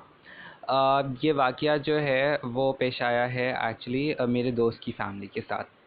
ठीक है, मेरा दोस्त जो है वो आज से 1.5 साल पहले जो है वो PCHS ब्लॉक 2 में रहा करता था, जो कि बिहार कॉलोनी भी कहलाती है। वहाँ पे जो ब्लॉक 2 या block 3 I am not sure, but Bihar colony कहलाती है, मुझे बिल्कुल याद नहीं आ रहा। ओके, शरफाबाद की तरफ। अच्छा, अब सीन ये था कि उसका घर जो था, उसके घर का मैं थोड़ा सा बताऊँ आपको कि ग्राउंड फ्लोर का घर था। जैसे ही आप एंटर हो गए तो उसके लाउंज आता था, लेफ़्ट साइड पे ड्राइंग रूम है, राइट साइड पे किचन है। किचन को थोड़ा सा आगे क्रॉस करके जाएंगे तो 2 रूम्स बने हुए थे साथ साथ। एक उसके पेरेंट्स का था, एक उसका रूम था। अच्छा, उसके रूम में जो है वो क्योंकि नीचे का घर था, हमेशा बहुत डल अंधेरा सा रहता था। दिन में भी लाइट की ज़रूरत पड़ती थी, बंद सा था, कहीं खुला नहीं था, कहीं वेंटिलेशन नहीं थी। सही है, और ठंडा रहता था क्योंकि नीचे का रूम था, तो कभी इतनी ज़रूरत नहीं पड़ती थी, लाइट जाती नहीं थी, तो दिन हो या रात लाइट्स ऑन होती थी। अब हुआ ये कि उसके घर में ये होता था कि मैं उसके घर पे जो हूँ वो ठहरा हुआ होता था। अब सुबह उठा, वो रूम में नहीं है, तो मुझे ना कुछ अजीब सी बेचैनी होती थी। जैसे लगता था कि मैं ऐसा लगता था जैसे कोई बहुत ही, मैं उसको फ़ोन करके जल्दी से बोलूँ अंदर आ जाओ। अब मैं उसको बोलता तो मुझे होता था कि यार ये ना बोले कि ये डरपोक है। और अच्छा, उसके रूम में नॉर्मल जैसे स्क्वायर शेप में रूम होता है, थोड़ा सा बिल्कुल आगे फ्रंट पे आगे जाते तो एक छोटा सा कॉर्नर था जहाँ पे थोड़े बहुत ऐसे हैंग करने के लिए चीज़ें रखी हुई होती थी। स्टोर टाइप का एक कॉर्नर बना दिया था उसने। उसी कॉर्नर के साथ एक रूम था, वॉशरूम का दरवाज़ा था और पीछे खिड़की थी। सही है, अब वो जो गैलरी में खुलती थी और उसी गैलरी में उसकी पेरेंट्स की खिड़की भी खुलती थी। तो अब सीन ये था कि अब जब भी मैं उसके बेड पर होता था तब तक तो ठीक था। जैसे ही मैं उसके वॉशरूम की तरफ जाता या रूम में जाता या वॉशरूम में जाता तो मुझे ना बड़ा ऐसे डर लगता है, जैसे रोंगटे खड़े नहीं हो जाते। अब बेचैनी होती। अब जब जो है वो, क्योंकि हम अक्सर रूम बंद करके चीज़ें ऐसे ही जो है वो हम चिल कर रहे होते थे, गाने सुन रहे हैं, ये कर रहे हैं, वो कर रहे हैं। जब तक कोई साथ होता था, जब तक और भी दोस्त बैठे हैं, तब तक तो ठीक था और आदत थी कि ज़्यादातर मैं ही स्टे करता था। जैसे ही अकेला रूम होता था तो मुझे बहुत डर लगता था कि ऐसे खौफ सा आता था, स्पेशली उस कॉर्नर से, उस खिड़की की साइड से, वॉशरूम की साइड से। तो I used to make sure कि वो रूम में हो, only then I used to go के मैं वॉशरूम यूज़ करूँ। अब एक दिन क्या हुआ कि मैं कुरान पढ़ने की कोशिश कर रहा था तो मुझे बड़ी बेचैनी हो रही ना। रमज़ान के दिन थे, मैं सोकर उठा 3-4 बजे, ज़ोहर पढ़ी। अब मैं कुरान पढ़ने बैठा ना, मैं आई वांटेड कि वो रूम में आके बैठ जाए, लेकिन वो बिज़ी था, कुछ काम करवा रहा था, 1-2 दिन बाद ईद थी। तो अब वो कुरान जब मैं पढ़ रहा था तो मुझे ऐसा लगा कि मुझसे पढ़ा ही नहीं जाए, हाँ, तो मैं लैपटॉप पे पढ़ रहा था कुरान ना, तो मुझसे पढ़ा ही नहीं जाए। फिर मैंने बंद कर दिया। जैसे हालांकि मुझे कुरान ख़त्म करना था, लेकिन फिर भी जो है वो मुझसे पढ़ा नहीं जा रहा था। मुझे ऐसा लग रहा था कि मुझे बहुत बेचैनी हो रही है, जैसे मेरा आप जो है वो बड़ा हैवी हो रहा है। फिर खैर ये सब हो गया, 7-8, फिर ये शिफ्ट हो गए, ये लोग 1 साल रहे उस घर में। जब शिफ्ट हुए तो फिर ऐसे ही हम एक दिन आपका शो सुन रहे थे। मैं अक्सर उसके वीकेंड पे उसके घर चला जाता हूँ ताकि हम रात को ऐसे छत पे जाके आपका शो सुन सकें। तो after your show we were discussing, so I asked him कि तुम्हारा वो घर जो है वो बड़ा हैवी था। फिर ऐसी बात निकली तो उसने बताया कि भाई उस घर में जो है वो शिफ्ट कैसे हुए। तो उसने बताया कि भाई शुरू में उसकी अम्मी को 1-2 बार साया नज़र आता है, एक काला सा बड़ा सा साया जो कि लाउंज से आता, उसकी अम्मी के रूम से ऐसे गैलरी में गायब हो जाता। जो गैलरी थी ना दोनों रूम की, उसके रूम की और फिर उस आंटी की रूम की वो सेम थी, उसी गैलरी में गायब हो जाता। फिर एक बार उन्होंने देखा वही साया उसके रूम में घुसता है और वो ऐसी स्ट्रेट गैलरी में गायब हो जाता है। फिर उनको एक दो बार ड्राइंग रूम में कोई शेडो नज़र आया, आधी रात को वो ज़ोहर तहज्जुद पढ़ने उठी तो, और उन्हें भी ऐसा लगता था कि वो उस घर में वो बहुत ही रिलीजियस हैं, नमाज़ कुरान पढ़ती हैं, लेकिन वहाँ पे उस तरीके से वो कुरान और वो सब नहीं पढ़ पाती थी। उन्हें भी सेम फील आती थी कि जैसे ना दिल नहीं चाहता था, कभी हैवी फील होता था, और घर बहुत ही डल, बहुत ही ऐसे लगता था वाइब। खैर हुआ ये कि उसने बताया कि एक दिन उसकी इसी चक्कर में उन्होंने किसी मौलवी से पता करवाया, उन्होंने पानी लेकर आए दम करवा के कि घर में छिड़केंगे, लेकिन भूल जाती वो हमेशा। फिर एक दिन ये हुआ कि उनके डोर स्टेप पे बहुत सारा खून पड़ा हुआ था, और ताज़ा खून, जैसे अभी अभी जैसे किसी परिंदे का, किसी जानवर का खून निकला हो, बहा हो, वैसे खून पड़ा हुआ था, छींटें बिल्कुल फ्रेश ना। तो वो डर गई, और उसी टाइम पे मासी, अक्सर उनकी फैमिली में 3 लोग थे, मेरा फ्रेंड, उनके हस्बैंड और वो। तो अक्सर जब मेरा फ्रेंड यूनिवर्सिटी चला जाता, उनके हस्बैंड ऑफिस चले जाते, तो वो अकेले होती।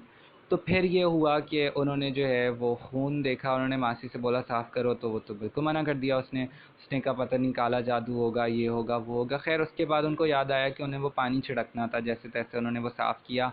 उन्होंने अपने हस्बैंड से कहा कि शाम में मैं डिस्कस करूंगी, कल डाल दूंगी। उन्होंने हस्बैंड से पूछा, उन्होंने कहा ठीक है तुम कल जो है या कल परसों में वीकेंड पे डाल देंगे, छिड़क देंगे।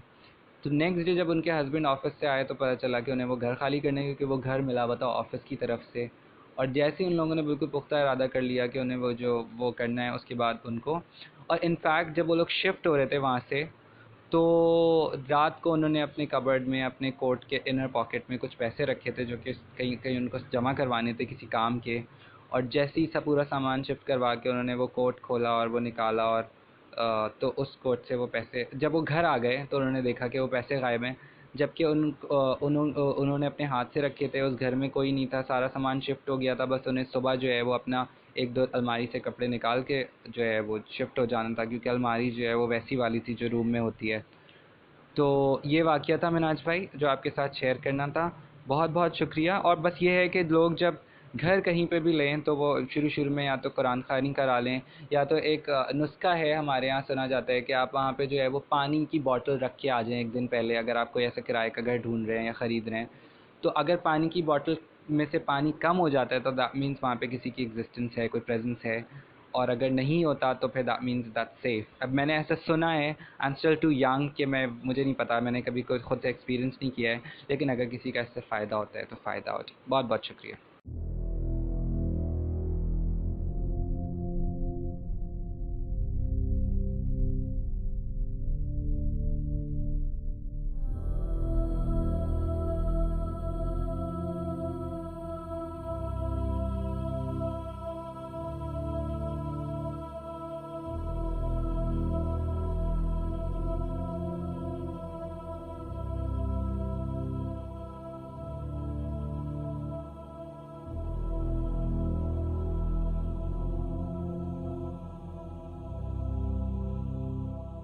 खैर प्रोग्राम खत्म होने में थोड़ा सा टाइम बाकी है। एक बहुत इम्पोर्टेंट अनाउंसमेंट है जो मैं करूंगा, लेकिन वो शो के एंड में करूंगा। अगर आप लोग हमें कॉल करना चाहते हैं तो कॉल कर सकते हैं 02134326675 पे। और अगर आप लोग अपने साथ हुए हुए वाक़यात हमें ईमेल करना चाहते हैं तो वो भी आप मुझे ईमेल कर सकते हैं at official.minhajaliaskari@gmail.com पे।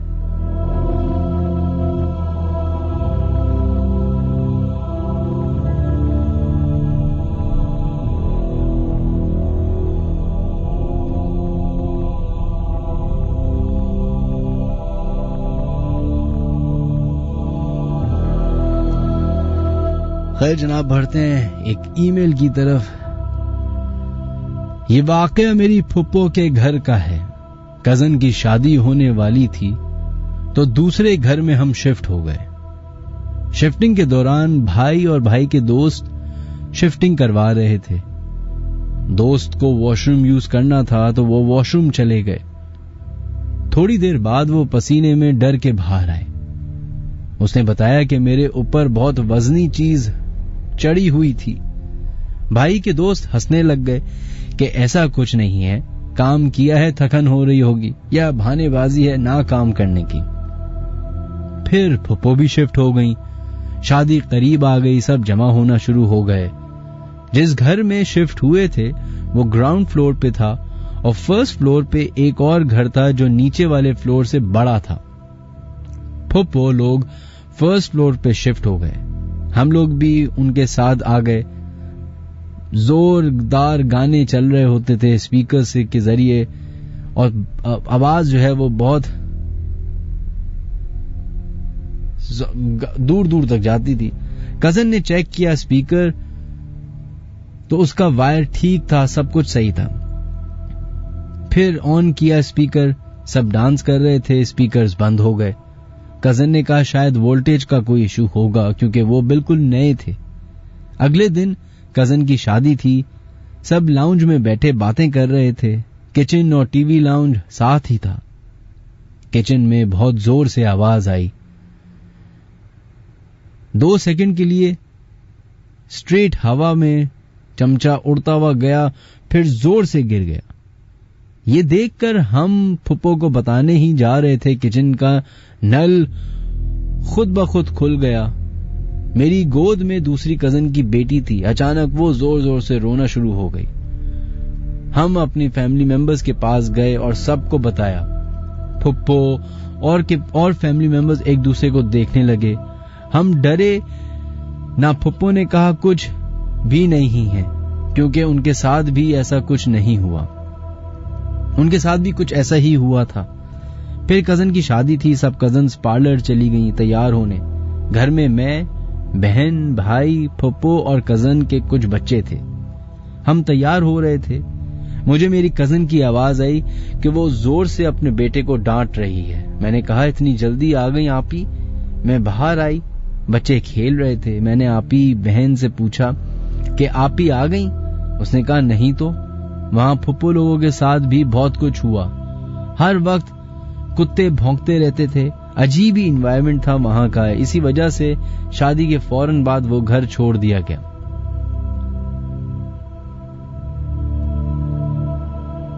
ये किरण है जिन्होंने अपना वाकया हमसे शेयर किया और वाकया कुछ वैसा ही था जैसे अक्सर लोग बताते हैं कि एक नए घर में शिफ्ट हुए। शादी की तकरीब थी जिसकी वजह से नया घर चाहिए था, मेहमान आ रहे थे तो एक बड़ी जगह चाहिए थी। बस जल्दबाजी में उस जगह के बारे में इंफॉर्मेशन हासिल करना भूल गए। ऐसा मैं आपको एक वाकया अपना बताता हूं। मेरी बहन की शादी 2001 में तय पाई। मैं उस वक्त 15 या 16 साल का था। मेरे वालिद साहब का एक बहुत मेजर प्रॉब्लम थी और वो थी उनके दिल की प्रॉब्लम। हार्ट पेशेंट थे वो। उनको बहुत अर्ली, जब मैं 6 महीने का था तब उनका हार्ट का बाईपास हुआ था और उसके बाद से उनका 80% हार्ट डैमेज था, 20% हार्ट में वो सरवाइव कर रहे थे। हमारा घर जो था PCHS ब्लॉक 2 में था, तो वालिद साहब ने सोचा कि अब हम एक नए घर में शिफ्ट होंगे। हमने वो घर बेचा और वालिद साहब ने मेरे नाना के साथ ये मिलके प्लान बनाया कि हम लोग डिफेंस में, उस जमाने में बाइफिकेशन हुआ करती थी, तो 2 प्लॉट्स लेके 1000 गज के उसके अंदर ही 2-3 घर बना लेंगे। एक खालू का हो जाएगा, एक हमारा हो जाएगा, एक नाना का हो जाएगा और सब एक ही बाउंड्री के अंदर रहेंगे। तो इस दौरान ये हम लोग जो है जमीनें भी ढूंढ रहे थे। डिफेंस फेज 7 की बात कर रहा हूं मैं, जहां पे फेज 7 या फेज 8 जहां पे ये DHA गर्ल्स है और ये सारा है। उस जमाने में वो बिल्कुल कौड़ियों की दाम मिल रही थी। इसी दौरान मेरी बहन की शादी आई। मेरे वालिद साहब चूंकि बीमार थे और मैं कोई इतना उम्र का नहीं था कि मैं मेरे ऊपर जिम्मेदारी रखी जा सके, तो मेरे फैमिली मेंबर्स ने ये डिसाइड किया कि ये PCHS वाला घर बेच के हम गुलशन में थोड़े दिन के लिए शिफ्ट हो जाएं और जब बहन की शादी हो जाए उसके बाद हम जो वो घर खरीदेंगे, बनाएंगे, उसमें जाके सब शिफ्ट हो जाएंगे। वालिद साहब ने कहा ठीक है। हमने ये घर बेचा वहां पे उस जमीन की तलाश जारी रही और साथ में हमने गुलशन में 13D1 जहां शाहिद आफरीदी का घर था उससे 2 गली पहले ही मेरा वहां पे हमने एक रेंट पे घर लिया, कॉर्नर का हसीन तरीन अपार्टमेंट घर था, हसीन तरीन ग्राउंड फ्लोर पे, और बिल्कुल उस तरीके का था कि एक बड़ा सा गैराज था उसका और एक छोटा सा गेट था क्यूट सा जो कि आपके नॉर्मल यूज के लिए था, लेकिन जो गैराज था ना वो बहुत बड़ा था, उसमें 4-5 गाड़ियां आ जाती थी। उसके अंदर एक बहुत बड़ा सा दरख्त था। उस जगह पे हम कोई 6-8 महीने रहे उस घर में। उस जगह मेरा कभी जाना नहीं हुआ। ऑब्वियसली मैं गाड़ी उस वक्त चलाता नहीं था, तो वो गाड़ियों का गैराज का एरिया था, तो मुझे कोई इतना लगाव भी नहीं था। और वहां पे सर्वेंट रूम वगैरह थे, वॉशरूम थे, तो वो खैर जो दूसरा वाला छोटा वाला कमरा दरवाजा था वो मेन घर की तरफ जाता था, गार्डन था, गार्डन से फिर कमरे के अंदर एंटर होते थे और हसीन। तो हम लोग शिफ्ट हो गए। जैसे ही शिफ्ट हुए तो बहन की शादी करीब आ गई। मेरे खानदान वाले जो अमेरिका में थे, कनाडा में थे, वो सब आ गए। एक झमगट्टा लग गया हमारे घर में। तो हर दिन हर वक्त सिर्फ हमारे घर में पार्टी हो रही थी और मेरे वालिद साहब को बहुत अच्छा लगता था, शोर शराबा हल्ला गुल्ला हो रहा। लेकिन मुझे और हम 6-7 फैमिली मेंबर्स को पता था कि मेरे वालिद साहब अंदर से क्या फील कर रहे हैं। तो उनकी तबीयत बहुत ज्यादा खराब भी रहना शुरू हो गई थी। हर आई थिंक हफ्ते में एक दिन तो हमारा हॉस्पिटल का चक्कर लगता ही लगता था। मतलब हम सब इतने ट्यून हो चुके थे कि वालिद साहब को देखते थे और हम कहते थे कि अब्बू चलें उठे हॉस्पिटल जाना है, अम्मी चलें उठे हॉस्पिटल जाना है, अब्बू की तबीयत खराब हो रही है। और उनकी एक दवाई होती थी एंजिसिड, वो हर वक्त हमारे पास भी होती थी, गाड़ी में भी होती थी, अब्बू के दफ्तर में भी होती थी, साइड टेबल्स में भी होती थी, हर जगह होती थी, क्योंकि वो जैसे ही उनको हार्ट में दर्द होता था तो वो उनको खानी पड़ती थी। खैर इसी शादी के दौरान ये सारे मसले मसाइल हो रहे थे। तो मेरे एक रिश्तेदार ने कहा कि एक बुजुर्ग हैं, उनको मैं लाना चाह रही हूं इस घर में। तो हमारे मेरे वालिद साहब जो ना जरा इन चीजों से वो नहीं था, उनका कोई वो नहीं था कि क्या जिन्नात विन्नात और ये। उन्होंने कहा कि नहीं भाई, जिन्नात विन्नात के लिए नहीं ला रहे, इसलिए ला रही हूं कि आपकी तबीयत बहुत खराब होती है, तो वो थोड़े अल्लाह वाले हैं, तो दुआ हुआ करेंगे, दम करेंगे। और खैर मेरे वालिद साहब ज्यादा खुश नहीं हुए इस बात से, लेकिन फिर भी अम्मा का प्रेशर, तो खानदान का प्रेशर, इसका प्रेशर में उन्होंने कहा अच्छा ठीक है आने दे। वो अंकल आए, एक बुजुर्ग से अंकल थे, सफेद दाढ़ी सफेद शलवार कमीज पहने हुए आ गए वो घर में। हमारे वालिद साहब के कमरे में गए, वालिद साहब के बराबर में बैठे और उनसे उन्होंने थोड़ी सी बातें करना शुरू की।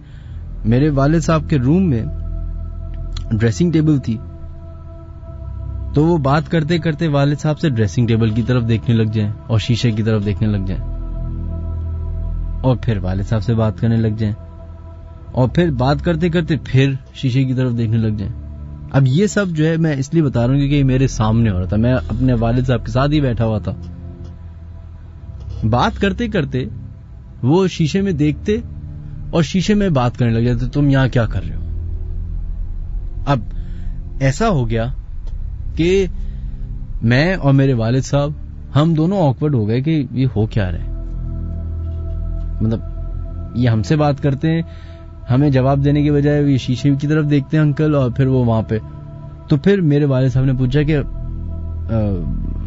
मौलवी साहब को सब खैरियत है। तो उन्होंने कहा कि आपके ये जिस घर में आप शिफ्ट हुए आपने इसका कोई इंफॉर्मेशन हासिल की थी। तो कहते हैं नहीं, हम क्योंकि शादी है और मेरे बाकी जो ससुराल वाले हैं वो करीब में रहते हैं, तो हमारे लिए बेस्ट जगह थी, हमने फौरन ले ली। तो कहते हैं आपने इसकी इंफॉर्मेशन लेनी चाहिए थी। अब वो उठे ये कह के, अब सोचें एक बंदा बात करे और बात करते करते उठे और वो कमरे से बाहर निकल गए। अब मैं अजीब सा हो गया, मेरे वालिद साहब अजीब से हो गए। खैर मैं उनके पीछे भी जाने लगा। मेरी वालदा को भी अब तक ये सारा सिनेरियो पता चल चुका था, और घर में 3-4 और भी लोग थे। उस वक्त दोपहर का टाइम था। अब वो एक ही कमरे में जा रहे, मेरी बहनों के कमरे में गए, उन्होंने चारों तरफ देखा, वापस आए।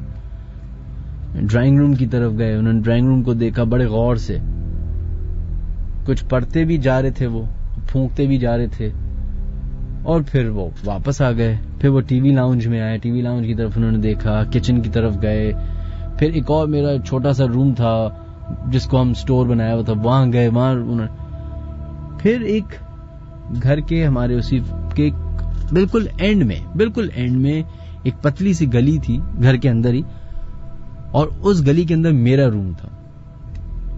अब वो सीधा सीधा उस गली में गए और उन्होंने मेरा कमरा खोला, और मैं जरा घबरा रहा था कि यार ये मेरे कमरे में ना चले जाएं, क्योंकि जैसे ही मेरे कमरे में जाएंगे और ये कहेंगे ये तो किसी कौन ये गैर मजहबी इंसान है, ये कमरे में इतने बड़े बड़े पोस्टर्स लगाए हुए हैं। उस जमाने में क्योंकि मैं टीनेजर था तो रॉब ज़ॉम्बी, स्लिपनॉट, मेटालिका और कितने वाहियात आप इन लोगों का अगर आप नहीं जानते ना, इनको आप जरा भी गूगल करें, रॉब ज़ॉम्बी, उसकी शक्ल देखें आपको डर लग जाएगा। स्लिपनॉट, उनकी शक्ल देखें आपको डर लग जाएगा। अजीब और गरीब जैसे टीनेजर्स होते हैं, वो चले गए। अच्छा, मैंने एक और भी काम किया होता कि मैंने रेड कलर की लाइट लगाई हुई थी, छोटा सा नाइट बल्ब था, और ही मतलब मजीद उसको डरावना बनाया हुआ था। वो मेरे कमरे में गए और मेरे कमरे में एंटर होने ही वाले थे कि एक कदम पीछे ले लिया मैंने सांस लिया सुकून का कि चलो मेरे कमरे में नहीं गए। लेकिन जैसे ही वो पलटे तो उनकी आंखें लाल हुई हुई और ऐसे जैसे वो गुस्से में हो, बहुत जलाल आया वो, और वो पड़े जा रहे हैं और मेरे कमरे में बस कमरे की दहलीज पे खड़े रहे, अंदर एंटर नहीं हुए, और पढ़ते जा रहे हैं और मुझे फील हो रहा है कि उनकी सांस उखड़ रही है और फंबल्स हो रहे हैं, लेकिन वो पढ़े जा रहे हैं। और कुछ 10-15 मिनट तक ये होता रहा, और मैं दूसरे कमरे में दूसरे कॉर्नर पे खड़ा हुआ देख रहा हूँ। मुझे भी अब अजीब डर सा लग रहा है। वालिदैन भी, मेरे वालिद साहब बेचारे कमरे में, उनको बंद किया हुआ कि आप परेशान हो, ऐसा कुछ नहीं है, वो ऐसे ही बस पढ़ रहे हैं। वो भी इंक्विजिटिव हुए में। मेरी अम्मा अजीब सी, मेरे एक तो वो जो हेल्पर्स थे हमारे, वो भी देख रहे कि ये हो क्या रहे। खैर, वो उन्होंने पढ़ाई की और वो वापस अपने नॉर्मल हुए और उन्होंने वहीं से खुदाफिज किया और टीवी लाउंज से बाहर निकल गए। बाहर निकले तो मेरी वालदा गई, तो वालदा ने उनसे पूछा कि खैरियत है, आपको क्या हुआ? कह रहे ये घर जितना जल्दी हो सके खाली कर दें आप लोग। मेरी वालदा ने कहा कि क्यों भाई, हम क्यों खाली करते हैं, अभी तो आए हैं, अभी महीना भी नहीं हुआ हमें। कह रहे यहाँ पे किसी का खून, ये जमीन किसी का खून मांग रही है, ये उन्होंने बात की।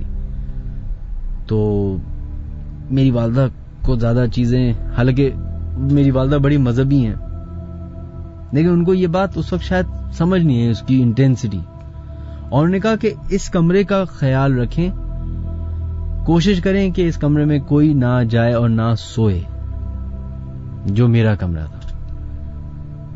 ये वालदा, फिर वो चले गए साहब। अब हम लोग कमरे में आए, वो थोड़ी देर के जरा इंटेंसिटी के बाद हम सब थोड़ा सा मुस्कुराए और फिर हमने, मतलब बुरी बात है कहना, हमने मजाक उड़ाना शुरू किया कि ये क्या था। और मेरे वालिद साहब भी थोड़े से क्रैकी हो गए कि कुछ अजीब से ही थे, ये थे फलां, बात आई गई हो गई, बहन की शादी आ गई। इस सारे दौरान जो मेरा कमरा था, मैं आपको बताता हूं कि मैं खुदा की कसम खा के कह रहा हूं, मेरे कमरे में एसी लगा हुआ था, मेरे कमरे में पंखा लगा हुआ था जो होता ही है, लेकिन मेरे कमरे में मेरे वाले साहब ने एक बहुत बड़ा सा एग्जॉस्ट फैन भी लगाया था बाद में, और उसमें कुछ 4-5 बड़ी बड़ी खिड़कियां थी। ये सारी चीजें होने के बावजूद उस कमरे में इतनी गर्मी थी कि मैं गारंटी दे रहा हूं कि दुनिया में कोई भी शख्स उस कमरे में नहीं सो सकता था। मैं पूरी रात जागता था, पूरी रात, पूरा दिन जागा रहता था। मैं सोने की कोशिश करता था, मुझे नींद नहीं आती थी। मुझे अल्टीमेटली मैं तकिया लेके अपने वालिद साहब के यहाँ जाता था, वहां कमरे में जाके सोता था, या बहनों के यहाँ, या ड्राइंग रूम में। शादी के दौरान तो आपको पता है टेबल के नीचे भी जगह मिल जाए तो वहां जाके भी नींद आ जाती है, मैं वहां जाके सो जाता। लेकिन मेरे कमरे में कोई आता नहीं था, सबको अजीब वहशत होती थी। वो जो कॉरिडोर मैंने आपको बताया था, जिस कॉरिडोर में मेरा कमरा था, वो कॉरिडोर उसमें हमने बड़ी बड़ी ट्यूबलाइट, उस जमाने में ट्यूबलाइट्स होती थी, ये एनर्जी सेवर्स नहीं होते थे, वो ट्यूबलाइट्स लगी हुई थी, लेकिन साफ पता चलता था कि यहाँ वीरानियत है, जितनी लाइट्स लगा लो। उसी कमरे में फिर मेरी बहन की शादी हुई। अब इस दौरान शोर शराबा, हल्ला गुल्ला, नाच गाने जैसे होता है हमारे फैमिलीज में होता है, वो हुआ, सब हम भूल गए। बीच में वालिद साहब की भी तबीयत खराब होती रही, बहन की शादी हो गई। बहन की शादी के 1 हफ्ते के बाद मेरे वालिद साहब की उस घर में डेथ हो गई। हम छोटे थे, मेरी बड़ी बहन, उसकी शादी हो चुकी थी, वो अपने घर चली गई थी। मुझसे बड़ी एक बहन है, उसकी भी 6 महीने बाद शादी थी, और फिर मैं था, मेरा भाई था, मेरी वालदा थे।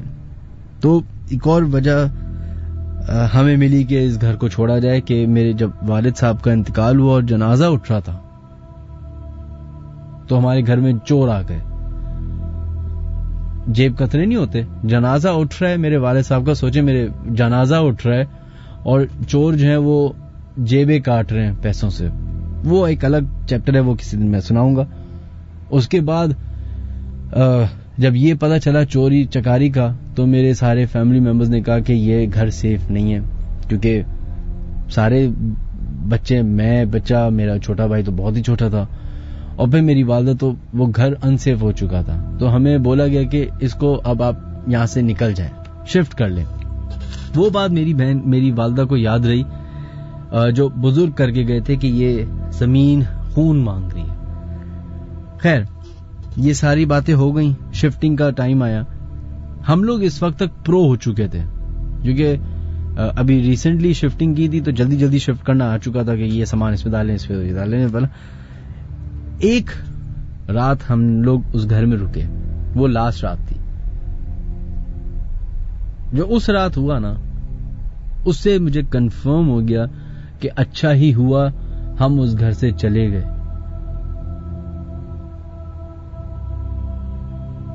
ये वाला जो वाक़या है, ये मैं किसी और दिन बताऊंगा। मैं पहले बता चुका हूं एक शो में, लेकिन उसके बाद वो दिन क्या, वो रात कैसी गुजरी, वो अब मैं किसी और दिन बताऊंगा। टाइम भी खत्म हो रहा है शो का। एक ऑडियो नोट है हमारे पास, जो कि हसन ने हमें भेजी है। देखते हैं कि वो क्या हमसे शेयर कर रहे हैं। अगर आप लोग भी अपनी ऑडियो नोट हमें भेजना चाहते हैं, अपने साथ हुए वाक़यात हमसे शेयर करना चाहते हैं, तो अपनी ईमेल कर सकते हैं official.minhajaliaskari@gmail.com पे। देखते हैं हसन क्या कह रहे हैं इस ऑडियो नोट में। अस्सलाम वालेकुम मिनाज भाई, मेरा नाम हसन है और मेरा ताल्लुक कराची से है। आज मैं आपके साथ अपना एक वाकया शेयर करूंगा जो 2014 में मेरे साथ पेश आया था। मिनाज भाई, सीन कुछ ऐसा है, 2014 में मेरे बड़े कजन को फैसलाबाद में कुछ काम था, तो वो अपनी वाइफ के साथ अकेले जा रहे थे। तो उन्होंने मुझसे और मेरा एक हम उम्र कजन है, हम दोनों से पूछ लिया कि आप दोनों चलोगे, हम वहां से आगे नारायण का गंज जाएंगे। तो उन दिनों मैं स्कूल में था और छुट्टियां चल रही थी, तो हमने कहा ठीक है चलते हैं। तो मिनाज भाई, हम फैसलाबाद पहुंचे, तो मेरे बड़े कजन को जो भी काम था उन्होंने वो किया। उसके बाद हम वहां से आगे नारायण का कान के लिए निकल गए। अब हम नारायण का कान के लिए जाते हैं मिनाज भाई, तो कागान से पहले आता है शुगरान। वहां पे एक पॉइंट है सीरी पे। मिनाज भाई, हम वहां पे रुके, स्टे किया। तो मेरे बड़े कजन ने कहा कि यहाँ पे ये पॉइंट है सीरी पे, बहुत खूबसूरत है, देखने वाला है। तो हमने कहा चले ठीक है चलते हैं। मिनाज भाई, हम वहां से वापसी आए सिरीपाए से, तो असर की अजानें बस शुरू होने वाली थी, और मेरे बड़े कजन ने कहा मुनासिब नहीं हुआ कि हम इस टाइम आगे नारायण के लिए सफर करें, क्यों ना हम कोई पास में होटल देख लें, क्योंकि रात हो जाएगी नारायण जाते पहुंचते पहुंचते।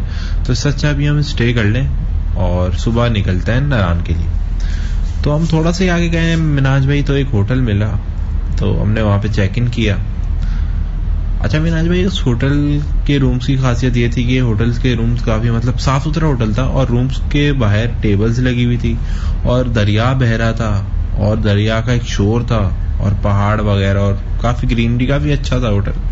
तो हमने कहा चले रुक जाते हैं यहाँ पे। मिनाज भाई, अभी आधा घंटा ही हुआ था, हम सब रेस्ट कर रहे थे कि मेरे जो बड़े कजन है ना, उन्होंने मुझे बोला कि मुझे एक अजीब सी फीलिंग आ रही है, अच्छा सा नहीं लग रहा है इस जगह पे। तो उन्होंने कहा हम यहाँ से वापसी चलते हैं। तो उनकी वाइफ ने भी बोला कि चलें वापसी चलते हैं इस्लामाबाद। खैर थोड़ी बहसबाजी हुई मेरे और मेरे कजन की, लेकिन फिर हमने सामान गाड़ी में रखा और वापसी के लिए निकल गए। अभी थोड़ा सा ही आगे गए मिनाज भाई, मुझे याद आया मैं कैमरे का चार्जर भूल गया। हम वापसी गए होटल, मैंने चार्जर लिया, हम फिर निकल गए वापसी। अभी हम वापसी निकले, थोड़ा सा और आगे गए तो मेरे बड़े कजन को याद आया कि वो CNIC भूल गए होटल पे। खैर हम वापसी आए होटल। फिर मेरे बड़े कजन ने कहा कि अब हम रुक ही जाते हैं, ये अल्लाह की तरफ से कोई इशारा ही होगा कि हम 2 बार आए वापसी। और आप यकीन करें 1 घंटे बाद हमें वहां के मैनेजर ने बोला कि आगे लैंडस्लाइडिंग हुई है काफी बुरी। खैर मैं सो गया, सामान वगैरह रख के मैं सो गया और रात में तकरीबन 9 बजे उठा मैं। अब मैं 9 बजे उठा हूँ मिनाज भाई, तो मैं और मेरा जो हम उम्र कजन है हम खाना खा रहे थे वहां टेबल्स जो लगी हुई थी रूम के बाहर, वहां बैठ के।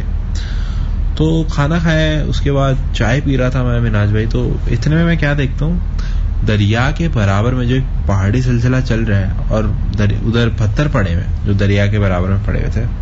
तो होटल की जो लाइट है ना वो उस पे पड़ रही थी सामने पहाड़ पे। तो मैं देखता हूँ उधर एक पत्थर है दरिया के बराबर में, वो काफी अलग है, मतलब वो काफी जेट ब्लैक और काफी बड़ा पत्थर था और ऐसा लग रहा है मुझे कि वो हिल रहा है।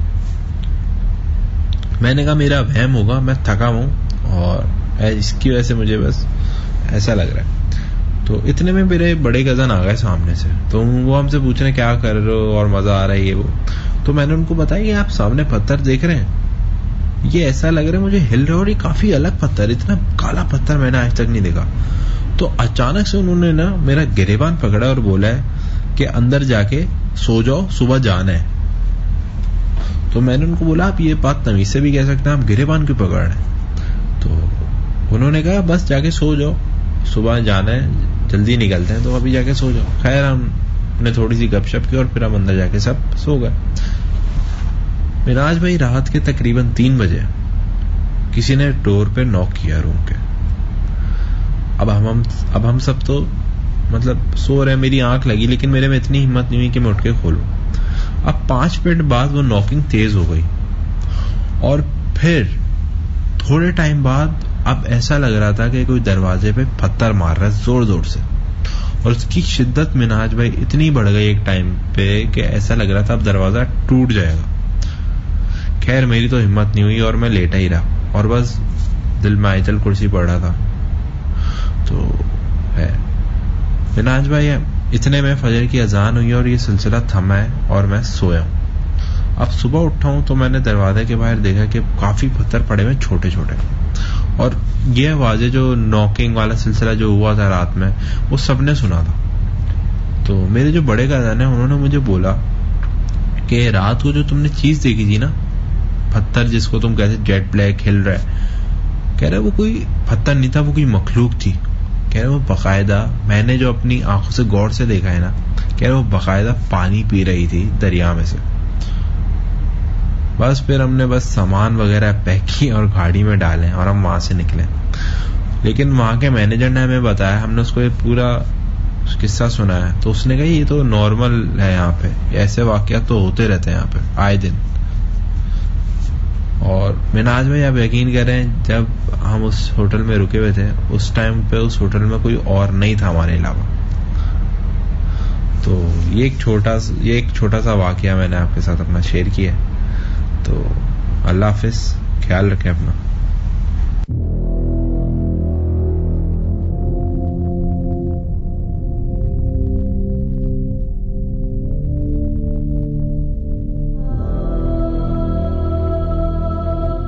चलो जनाब, ये थे हसन जिन्होंने अपने साथ हुआ वाकया हमसे शेयर किया।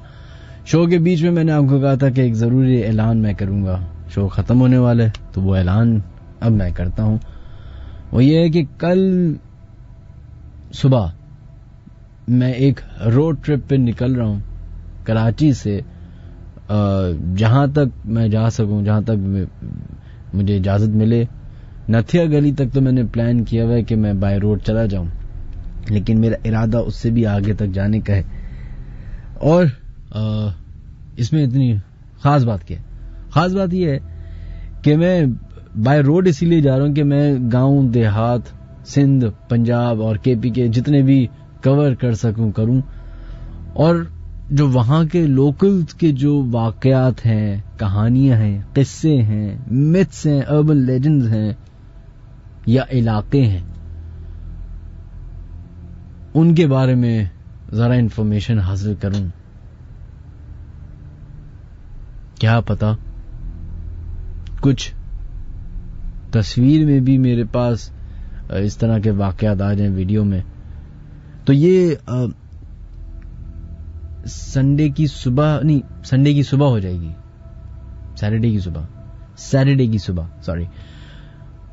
की सुबह ये सफर शुरू होगा, और इंशाअल्लाह ताला साथ खैरियत से वापस अगर आए तो मैं आप लोगों के साथ पाकिस्तान के कोने कोने में जितने भी गांव, देहात, शहर हैं, जहां जहां तक मैं जा सकूंगा वहां मैं जाके इस तरह के वाकयात सुनूंगा, लोगों से देखूंगा।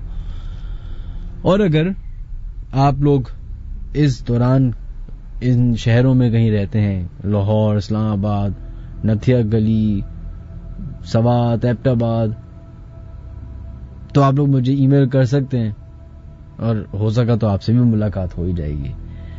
खैर, हमारे प्रोग्राम का वक्त खत्म हो चुका है।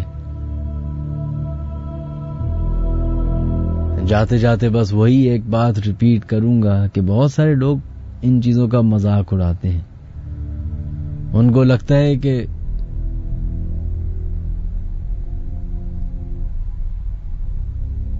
अगर वो किसी का मजाक उड़ाएं तो बदले में वो चीज भी हंसेगी या उनका मजाक एक्सेप्ट कर लेगी, बगैर ये सोचे हुए कि वो किसी इंसान से इंटरैक्ट नहीं कर रहे, वो एक मखलूक से इंटरैक्ट कर रहे हैं, उस मखलूक से जिसके बारे में हम ज्यादा जानते नहीं है। हम तो ये भी नहीं जानते कि जिस जगह पे बैठ के आप अभी प्रोग्राम सुन रहे हैं, चाहे वो घर हो, दफ्तर हो या रोड पे चलाती हुई गाड़ी में आप बैठे हुए हों, आपको लग रहा है कि आप अकेले हैं, लेकिन शायद ये आपकी गलत फहमी है। शायद आप अकेले नहीं,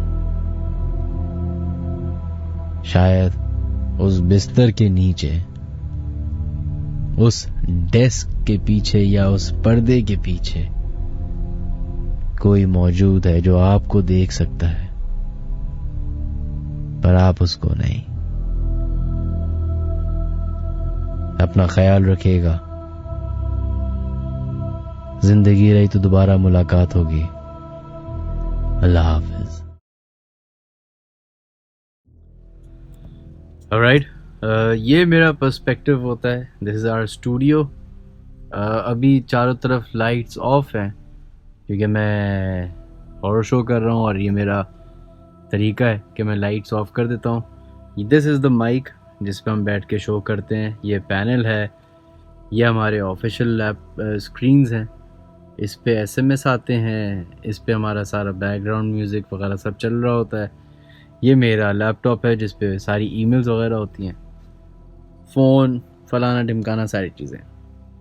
ये सामने एरिया आप देख रहे हैं जो अंधेरा इतना हुआ है, आपको शायद नज़र ना आ रहा हो, ये वो जगह है जहाँ पे सीट्स लगी हुई हैं कि लोग आके बैठ के हमसे गुफ्तगू कर सकें।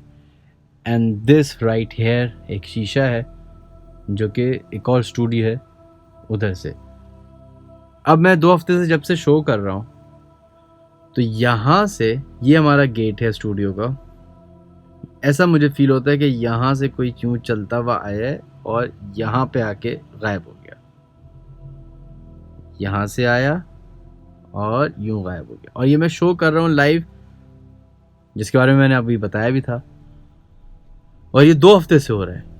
देख रहे हैं आपके कोई लाइट का कहीं से कोई सोर्स नहीं है, कुछ नहीं है, कोई हेडलाइट्स नहीं जलती।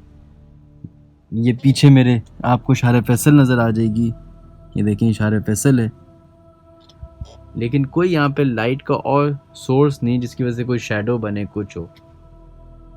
तो ये वो वजह थी जिसकी वजह से मैं लास्ट जो शो था वो 1 घंटे का छोड़ के जाना पड़ा था।